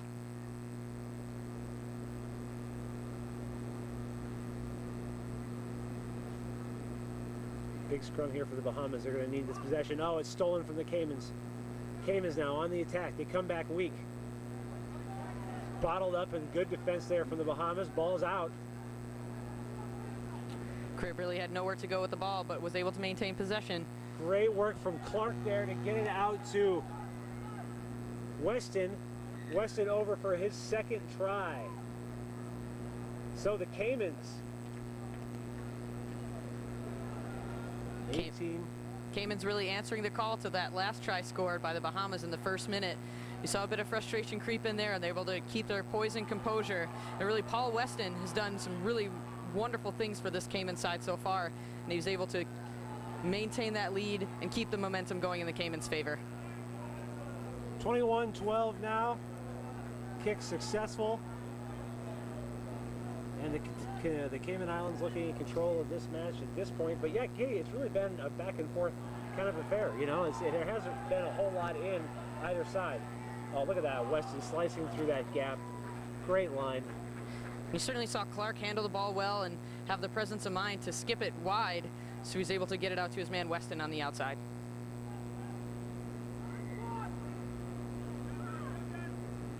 Oh, great bit of aerial work there. Good effort in the restart. Good job from Cayman. Oh, there's Soto again. Does he find the gap? Sorry, Weston.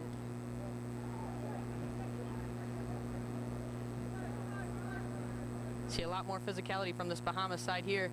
They understand that the seconds are ticking away, and they've got to make sure that they're on the front foot challenging for possession. Here comes the big man. That's Justin White. Oh, the ball's there. Bahamas, no problem there, scooping that up. Let's see if they can put some points on the board here. You saw White desperately trying to push the ball back to his team. Support just wasn't there in time. There's the try score. That's Andrew Bodie out on the wing, bottled up. Bodie just has pace to spare. Identified by his coach as one of those quick on the outside weapons that they can use at any point in time. Oh, here it is for White. The big man, Justin White. Does he have help? Oh, great offload from the deck to Clark. Peck. Is Peck over for a try? He is. Michael Peck, the substitution, coming on and getting some points for the Caymans. Peck really defining the impact player there, coming in, but really there's so much great work by White and also Weston just to keep that ball alive, make sure that they're trying to keep their feet as much as they can before they're able to have their support get in there when they're needed.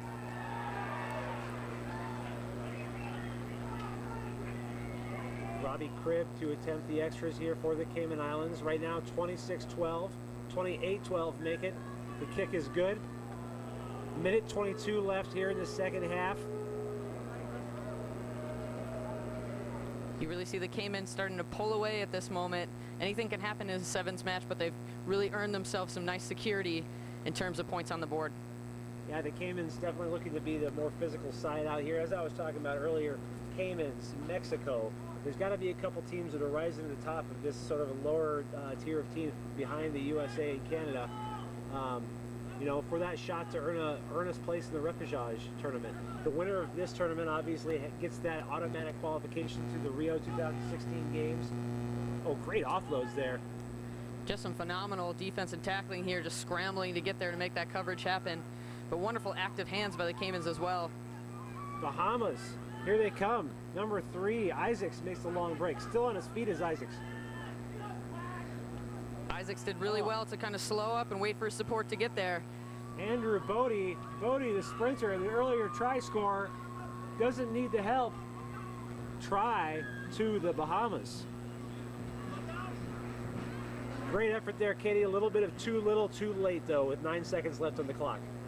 Certainly right there, Eric. Isaacs, really just credit to him for streaking upfield, but recognizing and looking around, having some good spatial awareness of where his support's at. And then Bodie, just always a dangerous threat, able to get himself in good position. And watch the Bahamas move this ball wide. They see they've got the speedster on the outside, and he's taking it, and good night, that's all they wrote. Brody, look at those legs, man. He's taking 4 or 5 meters with every stride. Good stuff. Very Perry Baker-esque. Caymans don't want any more. They hoof it in the touch, and the game is over. Cayman Islands 28, Bahamas 19. That is the final score, and we move on to the women's bracket after this. Jamaica versus Barbados coming up at 4:28. We'll be right back with the action.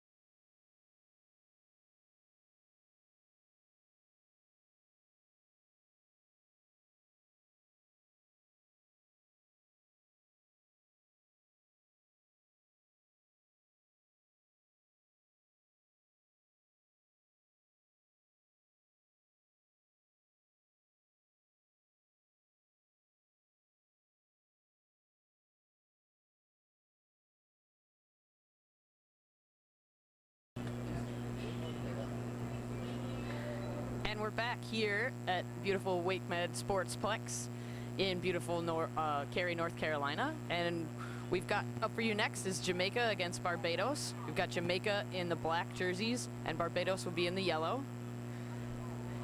My name is Katie Wurst, and I'm here with Eric Tabor.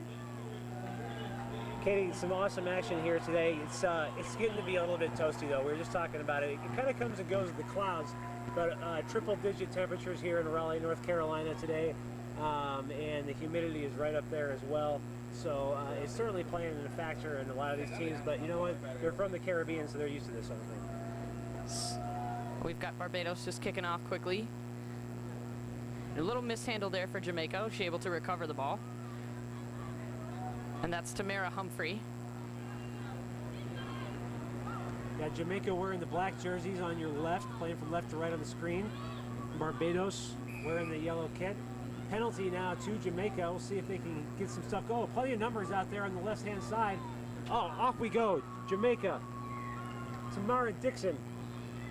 Dixon not going to need help. She's all the way in. Dives in for the try between the posts. Great effort there from Jamaica.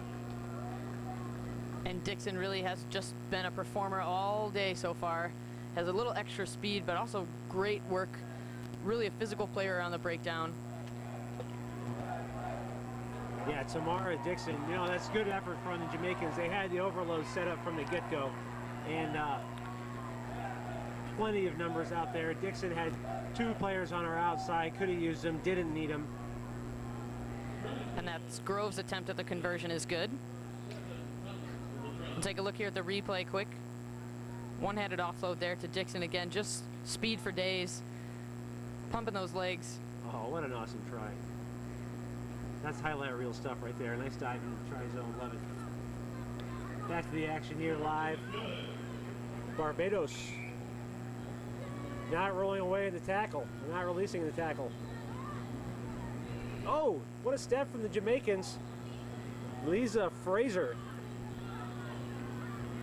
Fraser in for another try for Jamaica. Awesome stuff there. And really that was just a little outside step, inside step, and away she goes. Fraser just saw an opportunity and was able to take it.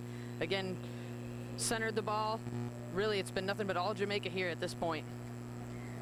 One-way traffic for the Jamaicans. Now I've got to believe that Sevens Rugby's got to catch on in Jamaica. I know on the men's side anyway, I know they love their rugby league over there, and it's just such an athletic country. They love their sprinting, and it's got to be such a good game. Especially the coat of sevens there. It really is all about the speed, and have a number of great speedsters within the nation of Jamaica. We'll take a minute just to introduce the team here. Number 2 would be Devane Burton. Number 3, Debisha Scarlett. 4, Crystal Groves. 5, Tiara Thomas Reynolds. 7, Sasha Gay Green. 8, Lisa Frazier. And 11 is Tamara Dixon. Penalty there to Barbados. Rolling away the tackle. And here come the team in yellow. Oh, ball's on deck. Anybody's ball. Barbados, good job recovering it. Almost counter-ruck there. Oh, there could be such an overload on the right-hand side if Barbados can get it out there. They need to be finding the space. Another penalty to Barbados. They're not recognizing the overlap over there on the space available. Credit to Gibbons there for clearing out that ball, bringing it to the attention of referee Kelly.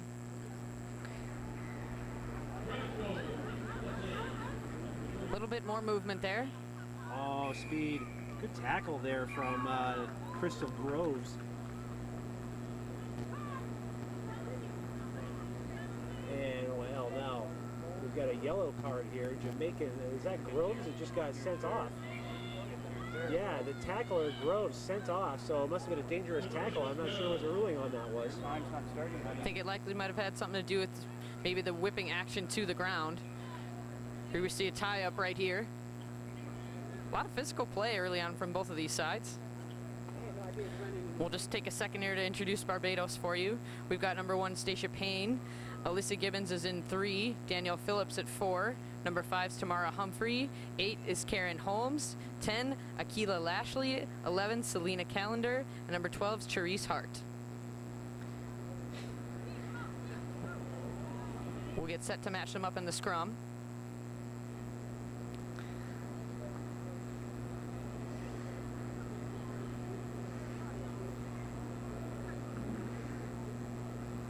pretty even contest there. Oh, just a bit of a miscue from Jamaica. Looks like Dixon was coming in, was able to scramble and counter, correct the ball. Oh, good handling there from the Jamaicans. Oh, the ball just goes to deck. We've got advantage being played. No. We're going to come back. Original knock on there. Brian Kelly, the referee. Good spotting from him. Brian Kelly, one of the really up-and-coming referees in this country, and really making a name for himself. And it's awesome at a tournament like this to develop our referees too. A lot of young referees here are trying to work their way up the 7th Circuit. Awesome for them to get some international experience here with World Rugby selectors looking on. Awesome opportunity all around. Great quick early shove there from Barbados. They will maintain possession. Oh, good little stutter step there. Looks like it's number 8, Karen Holmes. Nice quick little couple of offloads, trying to work their way to the corner. Great defense there from Jamaica. And there's still a man down at this point, driving the player to touch. And if you can keep a team out of the end zone in a game of 7s with your man down, that is just stifling defense. Great stuff. And yeah, so far it doesn't seem to have affected Jamaica in a negative way. They seem to be scrambling well and adjusting. A lot of movement defensively and keeping their shape. line out stolen, Barbados. Here they come. A high lofting pass. We've got Barbados streaking across laterally, but Jamaica just coming up, putting a lot of pressure there.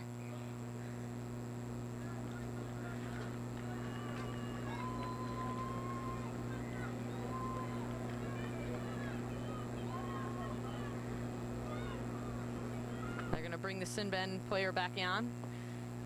And Jamaica seems to have weathered the storm of being a man down. Yeah, Jamaicans back to full strength now. That's great effort from them. Really a physical bunch of Jamaicans. I saw them, they're staying at the same hotel. I saw them this morning at the breakfast table. Yeah, really strong looking athletes. They're not the tallest group of girls, but really physical stuff. Penalty there to Jamaica. Here they come on the attack. Now they've got numbers out wide. Burton's pass can't find a connection, but there's the receiver, number 7, Sasha Gay Green.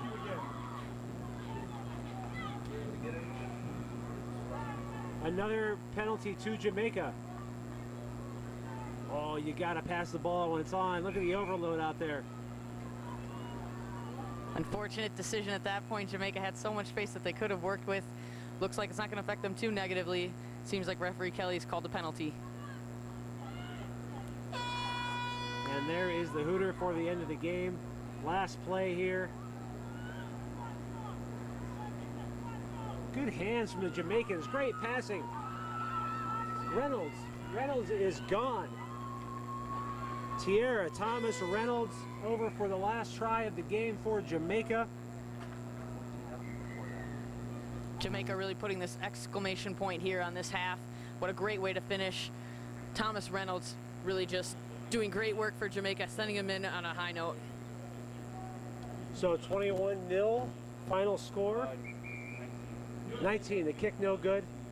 19-0 the final score between Jamaica and Barbados. Jamaica coming away with the W. My name's Eric Tabor here with Katie Worst. We're going to sign off for just a few minutes. Back at you here in just a few seconds.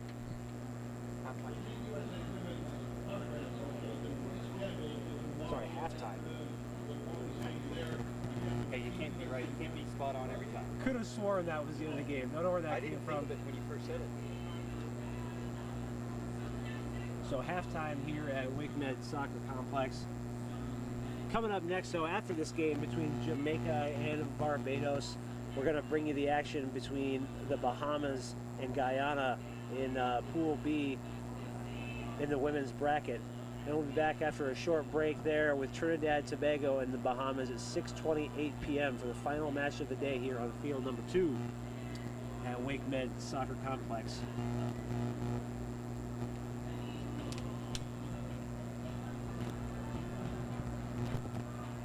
You guys are in kind of a shitty spot.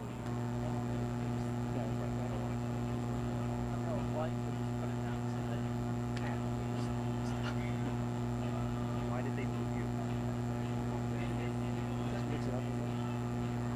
Just get 6 scores, what? Sucks.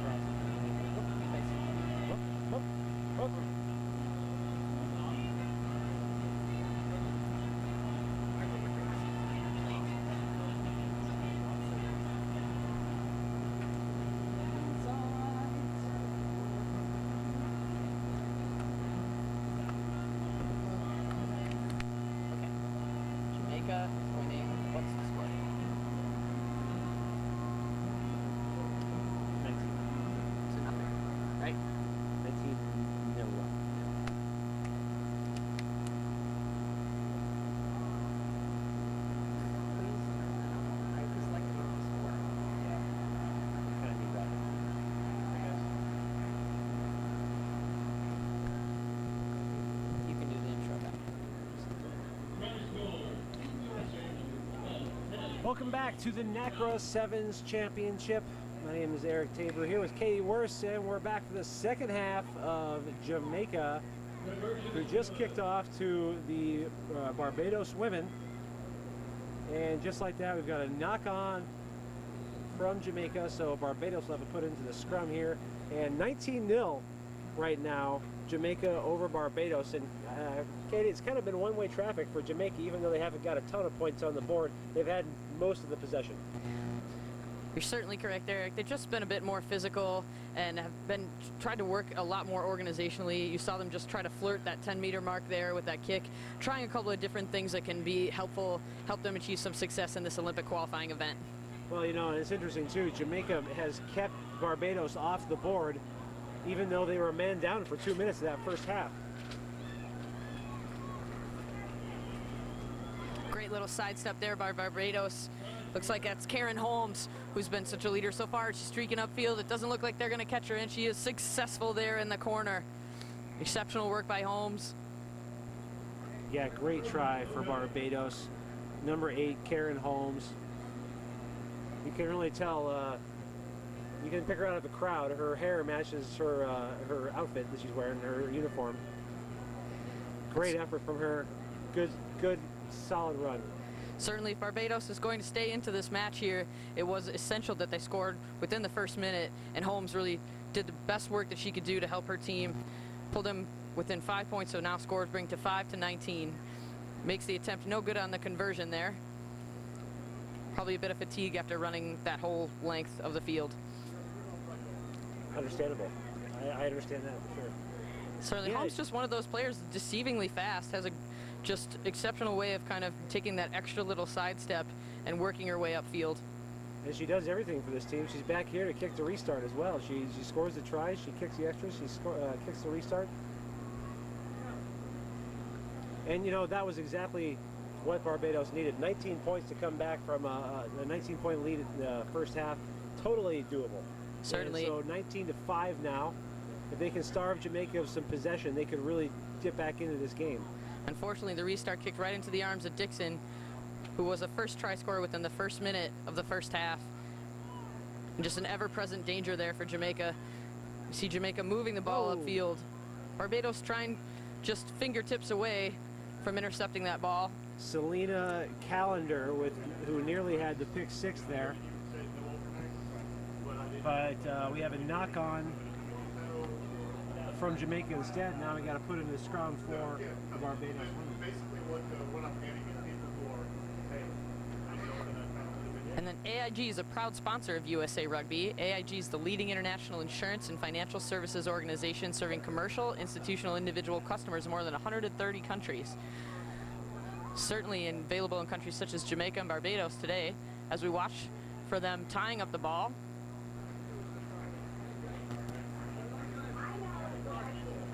Good defensive effort there from Barbados.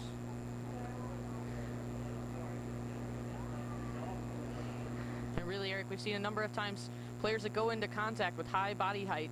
Really, it's an issue of allowing defense to tie them up, but also defenders have to have the presence of mind not to commit too many, or else if the ball is converted out, just as it is right now for Jamaica, able to get it wide. And that's number 5, Thomas Reynolds. Tiara Thomas Reynolds. Great swish of direction in the backfield there. She comes around the outside, a stiff arm to the defender, and she's around the corner for a try for Jamaica. So now it is 24-5. The Jamaicans on top of Barbados with about 3 minutes left in this match. Yeah, great effort there from Tiara Thomas Reynolds. Yes, Eric, Thomas Reynolds, really part of one of the other orchestrated tries from before. Just has great field vision, able to spot those gaps, and then has pace to finish it off. Successful kick, Jamaica 26, Barbados 5. Yeah, here's the replay. Watch that stiff arm right there. Off you go. Number 12 for Barbados, Charisse Hart. Yeah, great run there from Thomas Reynolds. Back into action now.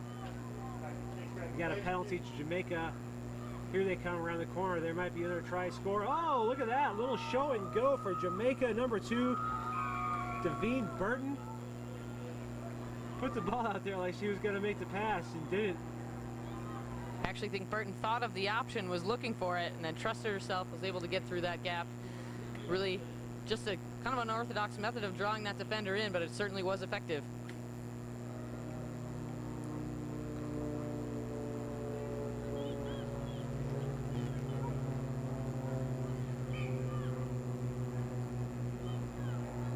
Jamaica's conversion attempts It was good. was successful.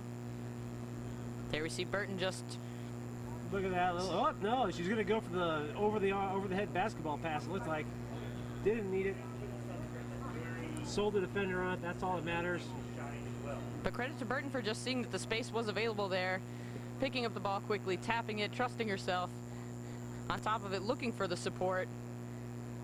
And just that little over-the-shoulder look was all she needed to get through, right between the sticks. So it looks like we've got a player from Jamaica down right now. Hard to tell. Maybe a little bit of cramping going on out there. Looks like they're rubbing her leg. Spray a bit of the old magic water on it and get back on the field. I think is what they're going to do. And Eric, it's the point of the day after teams have played a number of matches where little niggling injuries start to just set in, and where really it's about the fortitude to get through to the end of the day. Well, I tell you, you can try and stay as hydrated as humanly possible out here, but you're still going to be sweating buckets as soon as you step on that field. It's just so hot and so humid. It's almost impossible to stay as totally hydrated as you need. So I wouldn't be surprised if you see a lot of cramps here in the second half. Only about a minute left, though, so Jamaica, penalties Jamaica, and here come... Oh, good work there from the Jamaicans. Oh, a little over the back pass. Tricky stuff. Here come Jamaicans, number 9, Shauna K. Douglas. Did she get it down? She does. Almost thought she was going to get wrapped up and knocked out of bounds there. Kay Douglas, just credit for shaking off that last defender, but just so much play back and forth, balls on the ground. These teams are still diving on the ball, maintaining possession, and then really what Jamaica came away from that last series, just able to realign themselves very quickly and finish it.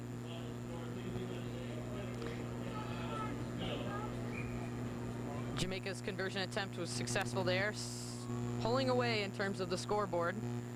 Well, speaking of pulling away, I just heard over the loudspeaker the USA women and Cayman Islands just wrapped up. USA 50, Cayman Islands 0. So our women now, let's see, 50 points in that game. That is 169 points to nothing they've scored today. Pretty impressive stuff for the USA Eagles. Jamaica, equally impressive scoreline here, 40 points to Barbados 5. This Barbados team has shown moments of brilliance. So certainly no lack of effort here on this Barbados team's side. Yeah, I mean, I think Jamaica, they've definitely impressed this afternoon. And I'm interested to see the Jamaica-Trinidad-Tobago game. I think they could give Trinidad a good run for their money. That'd be an exciting game to watch. And speaking of running, good little fend off there and just breaking through the gap now. Jamaica just too much to handle there defensively, putting up a fight. Holmes definitely within that, in the middle of that fight, just driving forward, getting a couple of extra meters, never giving up here for this Barbados team.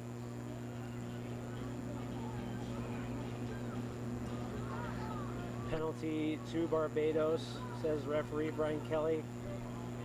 No time left on the clock, so we are going to have just one last play here. See if Barbados can put some points on the board. 40 points to 5 now. And the call is a maul. I think we got the maul called. Yep. Brought in, and that is the end of the game. Jamaica 40, Barbados 5 in this Pool A match in the women's bracket.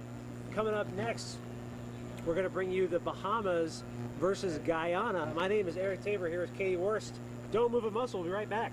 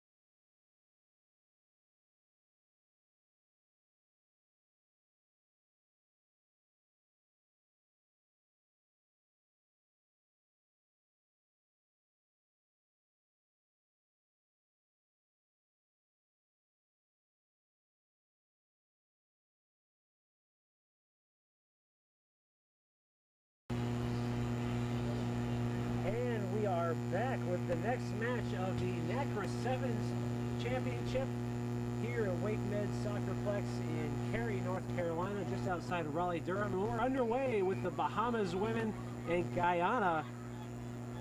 The Bahamas in their black and blue strip, playing from left to right on your strip and on your screen, and Guyana, the yellow and green, in possession. And here we go with Guyana. Solid run there from the Guyanans. My name is Eric Tabor of USA Rugby here with Katie Worst. And Katie, so far, Guyana looking very strong in this match. Guyana's been just successful so far with this tournament. They've got the likes of Cibola Gray and Karen Skeet, just successful players, just really kind of marching upfield, taking their time. But now it looks like the Bahamas have been able to turn it over. Great defensive work. Oh, and here comes the Bahamas. Number 11, Jade Knowles. She's streaking down the center of the field. Yes, she can't be caught. Try time, number 11, Jade Knowles for the Bahamas. And Knowles just striding past the diving, reaching arms of Colette Hope. Really just unfortunate Guyana. They had so much good possession going forth, but that's the nature of sevens. Okay, you take a gamble, you turn over the ball, and then teams just like the Bahamas are going to make you pay every time if you make one small technical error. The kick is successful, so Bahamas on top of Guyana right now, 7-0. And the Guyanese are looking like they had all the momentum, all the possession in the first opening stanza. But just like that, that's the game of sevens. Bahamas, strength. And Bahamas lineup, we've got number 1 will be Alexandra Mackey, who would be your captain. Number 2, Alicia Moss. 3, Shaquila Carey. 5, Courtney Treco. 9, LaKoya Ferguson. 11, Jade Knowles. And 12, Janelle Sands. Guyanese now with the ball. Oh, and it's an interception. Number 5 for the Bahamas, Treco, picks off the ball. Here comes Sands. I've got way too many Guyanese players committing to this breakdown here. Penalty now to the Bahamas. They got, oh, they're going with a straightforward direct approach. Mackey, number 1, the captain. Good strong run from the captain. Another penalty. Bahamas running again. Number 5, Treco. And Treco gets the try there. And Treco really just orchestrated that entire effort there by quick tapping twice before that, and then able to finish it out by just reaching out and placing the ball down with one hand. Well, I tell you, I love the hunger from Treco. Yeah, a couple of quick taps. She knows the rules. She knows when there's a penalty. This team, she has to go, and go she did. Reaches over for the try. The kick is no good, so that is 12 points now. Bahamas over Guyana. And we're only about 2 minutes into this game, too, so plenty of time left, and great looking stuff from Bahamas so far. Take a minute to introduce Guyana for you. It's number 2, Cloetta Dublin. 6, Colette Hope. 8, Cibola Gray. 9, Karen Skeet. 10, Alana Reese. 12, Karen Carter. And 13, Helen Jarvis. Oh, good foul. The ball goes to deck, though. She was in some space. Great little pass there from the Guyanese. But ball goes to deck, and we have got a scrum to the Bahamas. At the exact moment that the Guyanese player saw that gap, Bahamas made an effort or attempt to close it up and really just took your eyes slightly off of it, and the ball went to deck.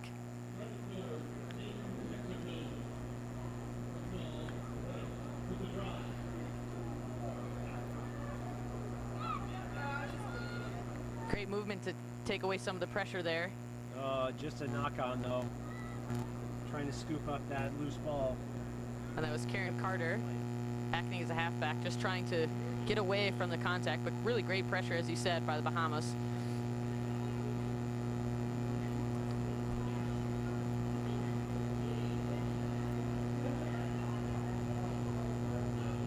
So really the Bahamas putting all the pressure on since early in the game when the Guyanese were knocking on the door. It's been all Bahamas. The Guyanese haven't really touched the ball, had any possession. And now that I say that, here they come.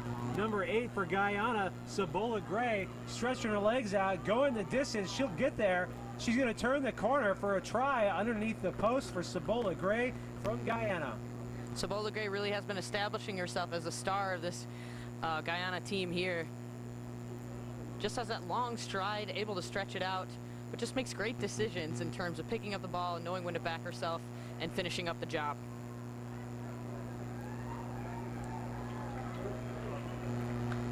The extras are good.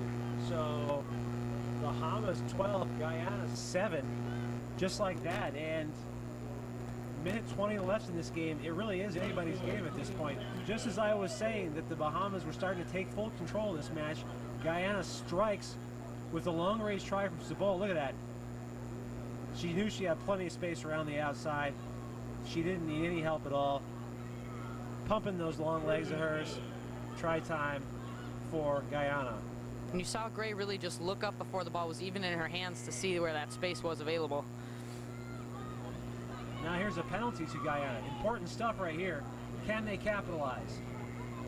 And a smart decision to Sabola goes move. through her hands. Great hard run there from number 2, Elisa Moss.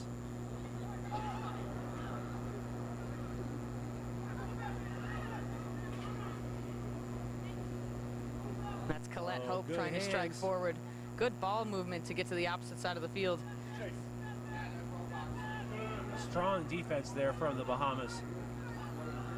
Sabola Gray. That's LaKoya Ferguson, just a great hard tackle there. Oh, and here come the Guyanese. Number 2, Coletta Dublin for a try. This is huge now. This is a very makeable kick with 3 seconds left. There goes the hooter on the scoreboard. So with no time left, this is the kick that can win it all for Guyana. It's up. It's good. Guyana comes away with a 14-12 victory over the Bahamas.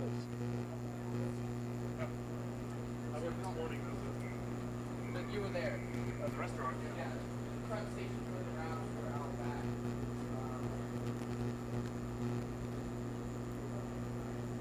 back. Just got a chance to take a look here. Exactly this last 2 minutes of the game has been just, of this first half has been just something exceptional, really. So much of the effort from Guyana to put themselves on top.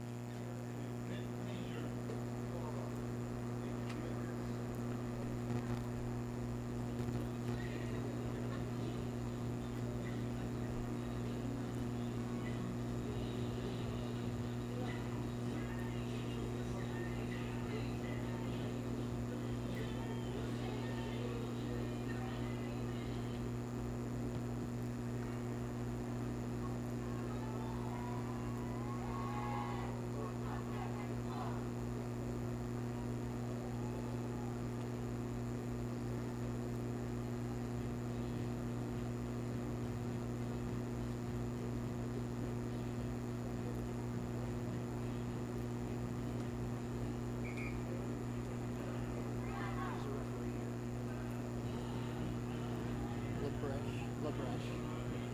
Yeah, she's Canadian.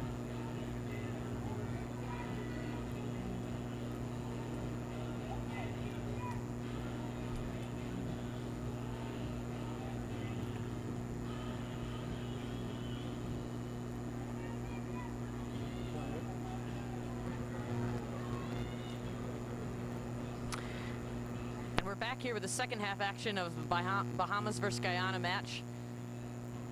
We saw the last few minutes of the first half, just all Guyana. They really have kind of turned it around, but we're in for an exceptional half of rugby coming up. Oh, loose ball. Guyana fighting for it. It's there for him. Here comes Sabola Gray. Oh, big hit there. And a penalty for, looks like, not rolling away. Here comes the Guyanese. Oh, great offload there. Nice line. Quick hands will do it. Yep, great stuff there for Guyana. Try time, number 9, Karen Skeet. Skeet been just an exceptional performer so far here for this Guyanese team. Just wonderful work too by Cibola Gray, as we mentioned before, and Colette Hope got in on that action. Just really working the ball, letting it do the work for them. And within this first minute of the game, it's about sort of making that statement that they're here to play and carrying over the great success they had in the last 2 minutes of the first half.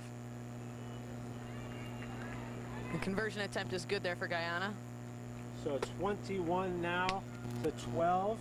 Guyana on top of the Bahamas here in this Pool B match on the women's bracket, the NACRA Sevens Championship in Cary, North Carolina, just outside of Raleigh-Durham, on a hot and steamy day here in the southeast. That's well taken there by Bahamas player. It's able to watch the ball in air. Traco with the long run. She's brought down though, and here comes Guyana. And Traco's still down on the ground.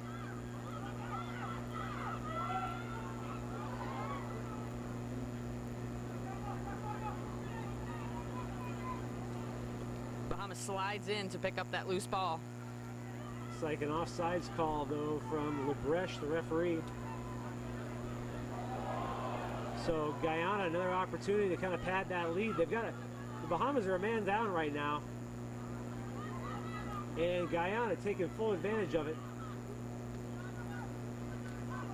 Skeet still on her feet. Finally drugged to the turf. With the Bahamas there to clean up the loose ball. We're starting to see a number of players take a knee here. See Traco down again, just fighting through it. She got to her feet quickly, did what she could to try to help her team defensively. Referee calls timeout, and yeah, we've got a few players for the Bahamas down right now. Yeah, really courageous stuff there from Courtney Traco, number 5. She went on a long break. She made like a 40-meter break. Gets tackled. She was dinged up from the tackle, and the play was coming back to her direction, so she fights back to her feet, makes another long run, the cover tackle, saves the try, but she's down again, and she'll be helped off the field. So you don't like to see the injury, but geez, courageous stuff from her. Really just has been such a great performer, but shows just the grit and determination from these rugby players out here. Just able to do whatever they can to get back and help their family to do what they can to make sure that their team's successful. See Traco being carried off right now. A substitution coming in for her. So it looks like Lebrecht, the referee, is going to wait until she's off the field. Oh, and look at her teammates. The over-the-shoulder carry off the field. Awesome stuff there. And play resumes. You got a scrum down to the Guyanese. And geez, they're only about 10 meters off the Bahama try line. Ball's loose. Uh-oh, here comes Gray. Great line there from Guyana. Oh, the pass just goes to deck. Andrea Lashley cut a sweet line there for the Guyanese. And that's a forward pass. So another scrum down to Guyana. Time off again. We got more subs coming in. That was Daria Knowles there, really able to just sneak away that ball. Able to steal back possession. And then just didn't have enough space to make the pass. So forward pass will award the scrum there to Guyana as they make some substitutions. At this point, it's about self-preservation, making sure that the athletes are well rested for matches later on today that are going to matter a great deal.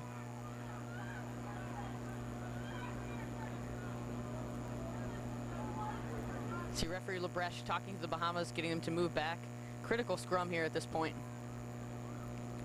Oh no, the ball's loose. Guyana has it. There is space out on the right-hand side if they can get there. Good work from the Guyanese. That was Dublin. Nice line from Dublin. It's still there for Guyana. Dublin really working to get into position to support. Kept the ball alive for them. We got a knock forward though.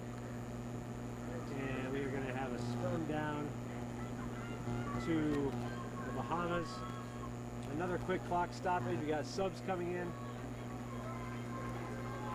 Bahamas, great effort there defensively, really just applying pressure, pushing Guyana back. They had really nowhere to go. Also defended in threes, doing a good job to work together so that they weren't creating gaps.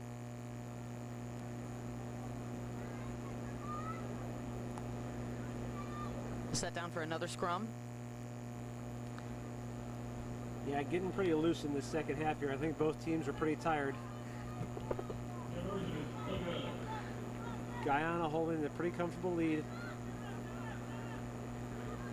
Oh, here comes a kick from Bahamas.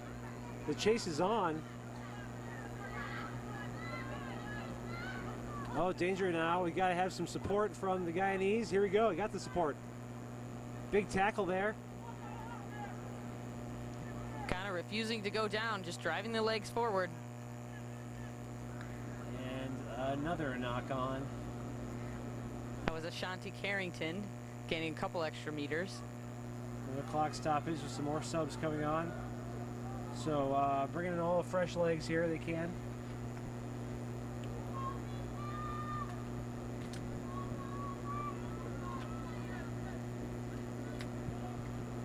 Minute 30 left in this match. 21-12 the score. Guyana wisely making some substitutions, get a few fresh legs in there.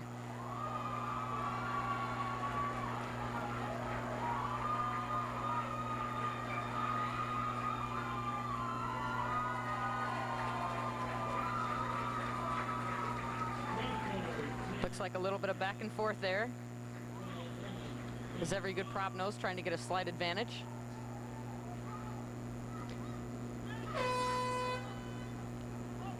Unfortunate back pass, just off the mark. Looks like they've regained it. Bahamas striking for a solid tackle there. Ooh, big Not much movement, another big hit. Well, good leg drive there from Guyana. We're not quite sure who has possession there at this point. Looks like Guyana came away with it. Penalty to Guyana here. They're on the attack. They've got some space out to the right. Oh, and the ball goes to deck. Yet another knock on. Really unfortunate in this situation. He had tons of space on the outside. Pass just led just a little bit too far.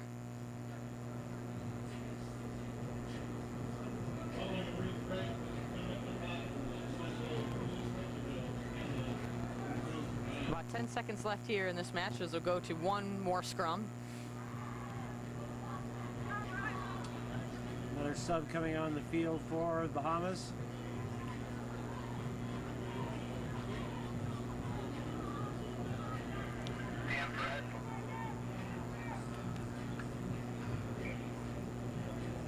The Bresh will pull it up, have a conversation.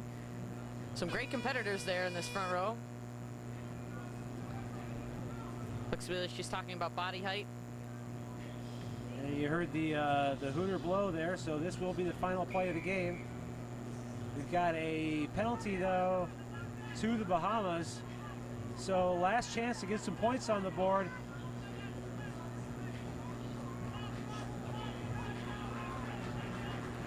Oh. Pass just a bit off the mark there. And there is the final score, 21-12. The Guyanese defeat the Bahamas here at the NACRA Sevens Championship. So we've got a break now. We're going to be gone for about an hour and 20 minutes. We're back at 6:28 p.m. with Trinidad and Tobago versus the Bahamas here at Cary, North Carolina, WakeMed Soccer Park. Tune over to USARugbyTV.com to check out the action on field number 1. In the meantime, USA versus Mexico, the men on field 1 coming up at 6:06 p.m. And then we're back on field number 2 with Trinidad and Tobago. My name's Eric Tabor with Katie Worst. Thanks for tuning in. We'll see you next time.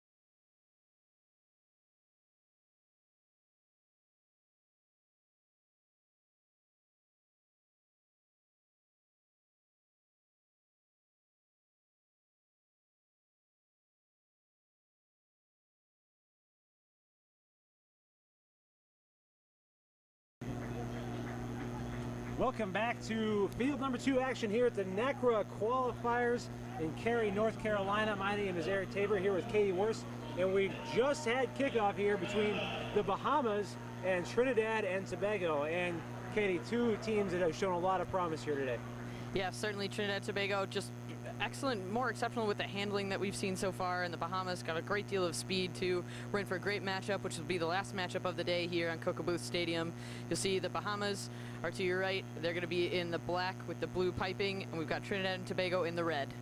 And Trinidad and Tobago really surprised a lot of people when they came out against Canada earlier in the afternoon. Jumped out to a 7-0 lead over the Canadians. Went on to fall against Canada 38-7, but still that's a really impressive effort against a very strong Canadian team. So we've got line out here now. Well, we got plays going to slow down, so we're going to have a line out to Trinidad and Tobago. They tried to go quick there. Referee decided we'd hold things up, come back for the play. David Sherwin, the referee here for this final match of the day on the second field here at WakeMed Sports Complex in Cary, North Carolina. Oh, a nice pickoff there in the line out from the Bahamas. Here they come. It looks like number 2, LeVar Boyd, over for a try for the Bahamas. And Boyd just really great read on that line out throw. Just a bit of a miscue there on Trinidad and Tobago. They just seem to be a bit shocked as well. Yeah, Boyd's try came from, that's LeVar Boyd is a try scorer. Looks like Devin Woodside, the captain, intercepted that line out throw and set up Boyd's try. So great stuff there from the Bahamas. They're out to a 5-0 lead. Kick to come. Kick is up, and it's good. 7-0 Bahamas over Trinidad and Tobago right now after about a minute gone on this clock. You mentioned Devon Woodside, just the captain of the side here. If you're head coach Dorian Roach for the Bahamas, you're really pleased with that first couple of minutes coming out in this match. Yeah, real solid stuff against a outfit from Trinidad that is definitely highly regarded in this tournament. Oh, it might be another turnover there. We got an advantage being played to TNT. We got knock on there from the Bahamas. We're going to have a scrum down to Trinidad and Tobago. While we have a second, we'll run you through the starting lineups. First for the Bahamas, Devin Woodside wearing number 1, the captain. Wearing number 2, LeVar Boyd. Wearing number 4, Justin Lewis. Wearing 6, Duran Beadle. 7, Andrew Bodie. 9, Dorian Butler. And 11, Kyle Charlton. Put into the scrum here for Trinidad. Oh, a little kick through here. Dangerous stuff for TNT. They're doing a lot of running sideways in their own end zone. Little space out here now for Trinidad Tobago. Great palm off there. That was number 4 for TNT, James Phillips. Ball's alive there for Silverthorne. Trinidad and Tobago just really working their way out of that end zone. Not having a great deal of space. Oh, looks like the sniper got him. The ball just dropped there. We got a knock on from TNT. Well, that was pretty industrious stuff there for TNT to get out of the danger zone. I mean, you know, that could have been really bad for them. They were pinned back in their own end zone. A little bit of breathing room out here in the 22 now, but still really advantageous place for the Bahamas to be in right now. Yeah, again, just you could see the momentum that Bahamas have picked up, carrying through from that quick line out, just picking that play off and scoring early. Just they really have the front foot forward at this point. TNT so far solid in the scrums and able to make some yards there. A little bit of space and numbers out wide now. We've got a penalty to TNT, so looks like an offside penalty or losing your feet in the tackle penalty. We finally saw where that aggressive defense from the Bahamas side has betrayed them a bit. Just losing just a little bit of lack of discipline has cost them a key possession. Oh, good effort. Oh, just a half second earlier that pass would have been on the money, but instead it's knocked down, so we've got advantage being played to TNT. Intentional knock on the penalty call. That'll be advantage over. No, not advantage over. We're coming all the way back to the intentional knock on penalty here. This side of the field, the near side of the field. So, well, not an intentional knock on. He was playing an advantage from the just normal knock on. Eric, we've seen just a number of different bobbled balls coming up. It's the end of the day. The heat is hot. It's just been one of those things where the fatigue starts to set in as well, and just the natural sweat, it really makes it difficult to handle the ball.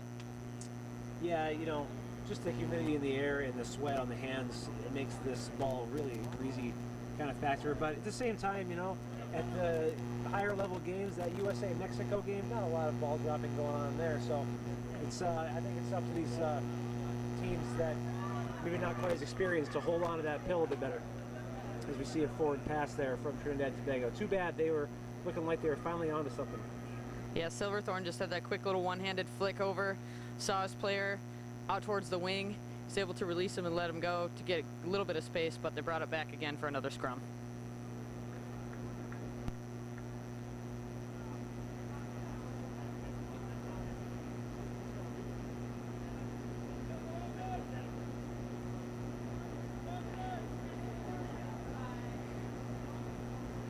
So the Bahamas with the put it into the scrum here.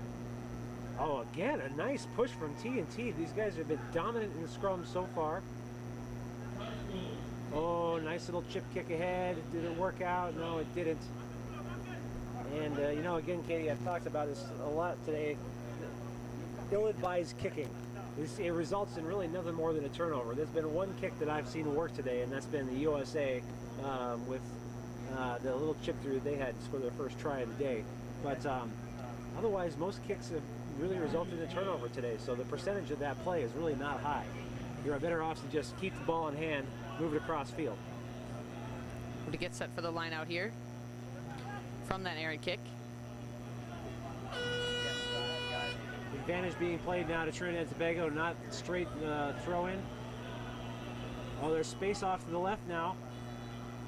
Silverthorne can't connect with his man once again. They had Phillips out there on the wing, and that is the half. So a lot of opportunities for Trinidad and Tobago, gone kind of begging here, but nonetheless the Bahamas hold a 7-0 lead over Trinidad at halftime.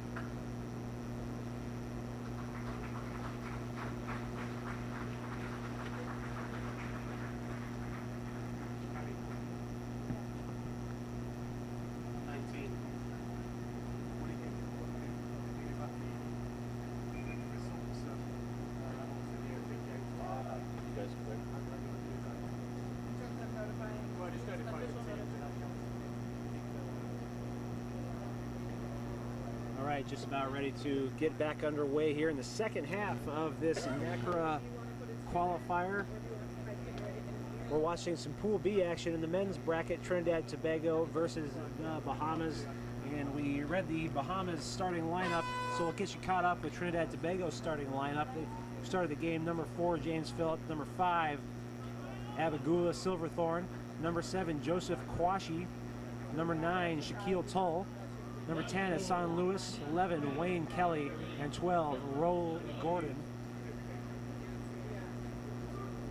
I'm looking, I don't think there's any subs in the field now for Trinidad, so that should be, well, we got number 6 on the field, Andre Cabrera now for Trinidad Tobago. So, one sub for the Tobagans.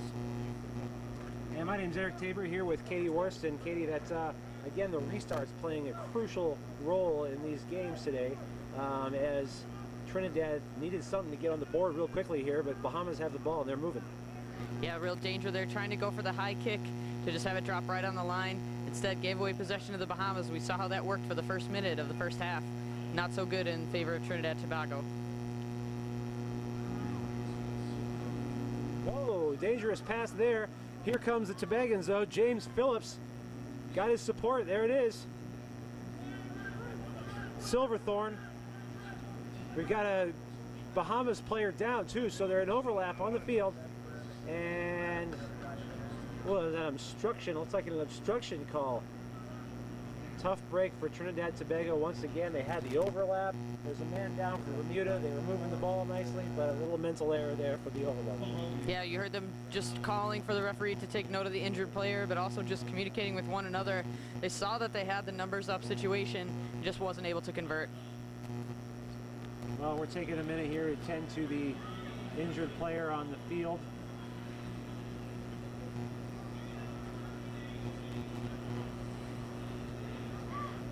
As they're attending to this injured player as well, if you think about it, AIG is a proud sponsor of USA Rugby. AIG is a leading international insurance and financial services organization, serving commercial, institutional, and individual customers in more than 130 countries. Very fitting as a sponsor here for this very international event, especially leading into as an Olympic qualifier. Yeah, exciting stuff here in Cary, North Carolina this weekend for sure. Just caught the back tail end of that tackle there for TNT. Great defense from TNT, really. They've had one slip up in that long try scored from the Bahamas.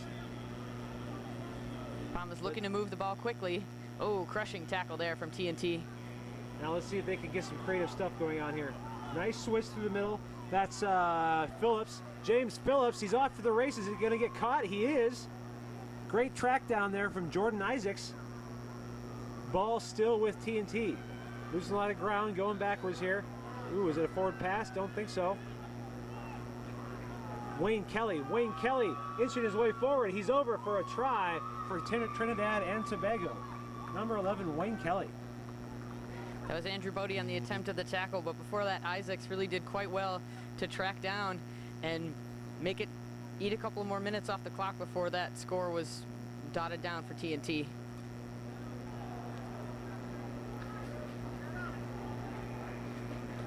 The conversion is successful, and TNT puts that ball into the bushes, so it is 7-7 now. Trinidad and the Bahamas all tied up. And look at this industrious stuff here. Just dancing. Wayne Kelly, light feet around the defenders, over for the try.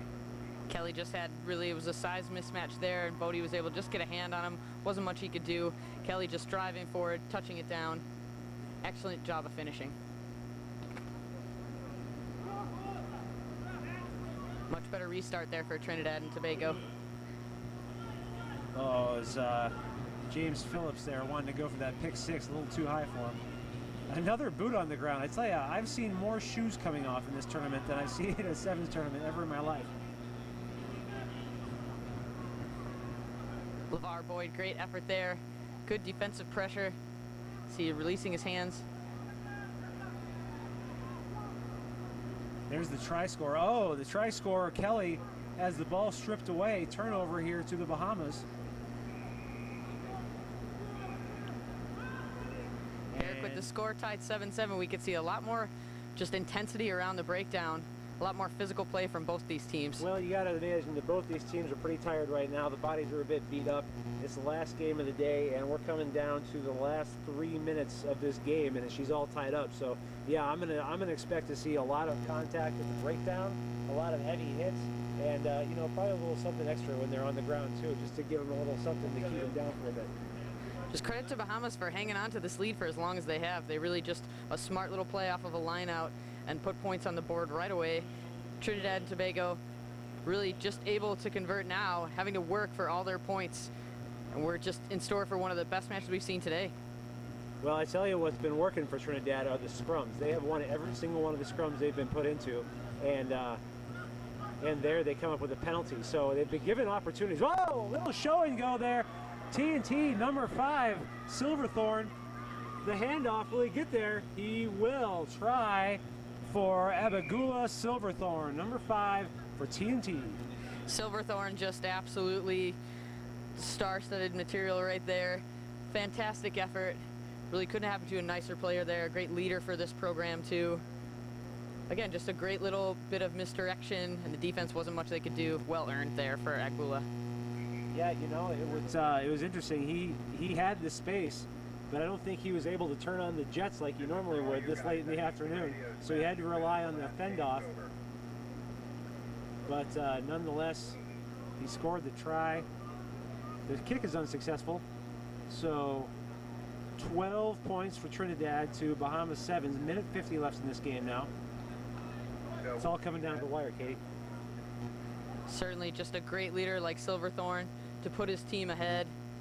Just something TNT is really looking for at this late stage of the match. Deep kick on the restart. Yeah, if you're Trinidad, you want to put the Bahamas back as far as they can go right now. Rely on your solid defense that you've had with all afternoon, really. And yeah, there's the deep kick work now. We'll see if Trinidad can convert this field position into a try to give themselves a little bit of breathing room. Great strategic decision again.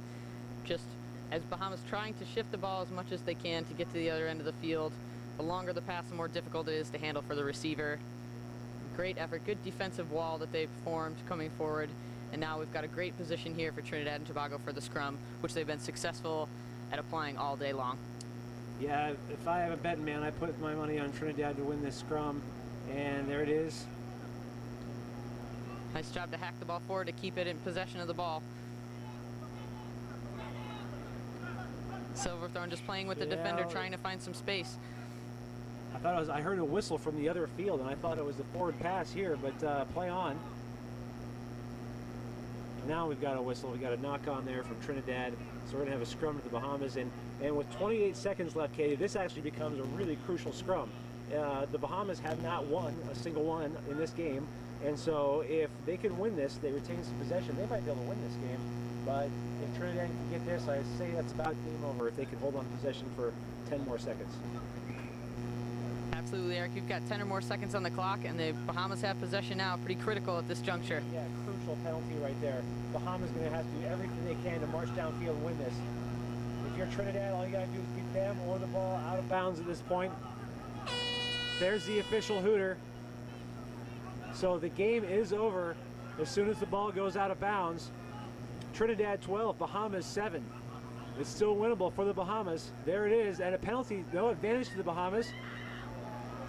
And advantage over. Here they come. You see the Bahamas, just the desperation there, trying to get there as quick as they can and support. It's a penalty awarded to the Bahamas. Again, just a bit undisciplined here for TNT. Have to keep their composure at these last few seconds. Yeah, thrilling stuff here as the Bahamas look to spin it wide. They got numbers out there now. Silverthorne, oh, it slices through. That's number 3 for the Bahamas, Jordan Isaacs. Isaacs in for a try. And we are all tied up as time expires here at 12 with the conversion to come, and the Trinidad team is on their knees. They are shattered.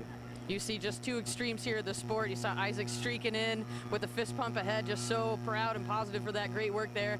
And you see TNT just on the ground, absolutely spent in defeat. Well, fantastic win there for the Bahamas, 14-12 over Trinidad and Tobago. And that is just really heartbreaking for the Trinidadians. They probably could have held on to that ball the last couple of seconds there and just gotten out of bounds, but they had the lead. They just blew it towards the end. So anyway, that's why we play the game, Katie. Great stuff. We are all done here on field number 2 for today's action. We'll be back here tomorrow at 11:22 in the morning.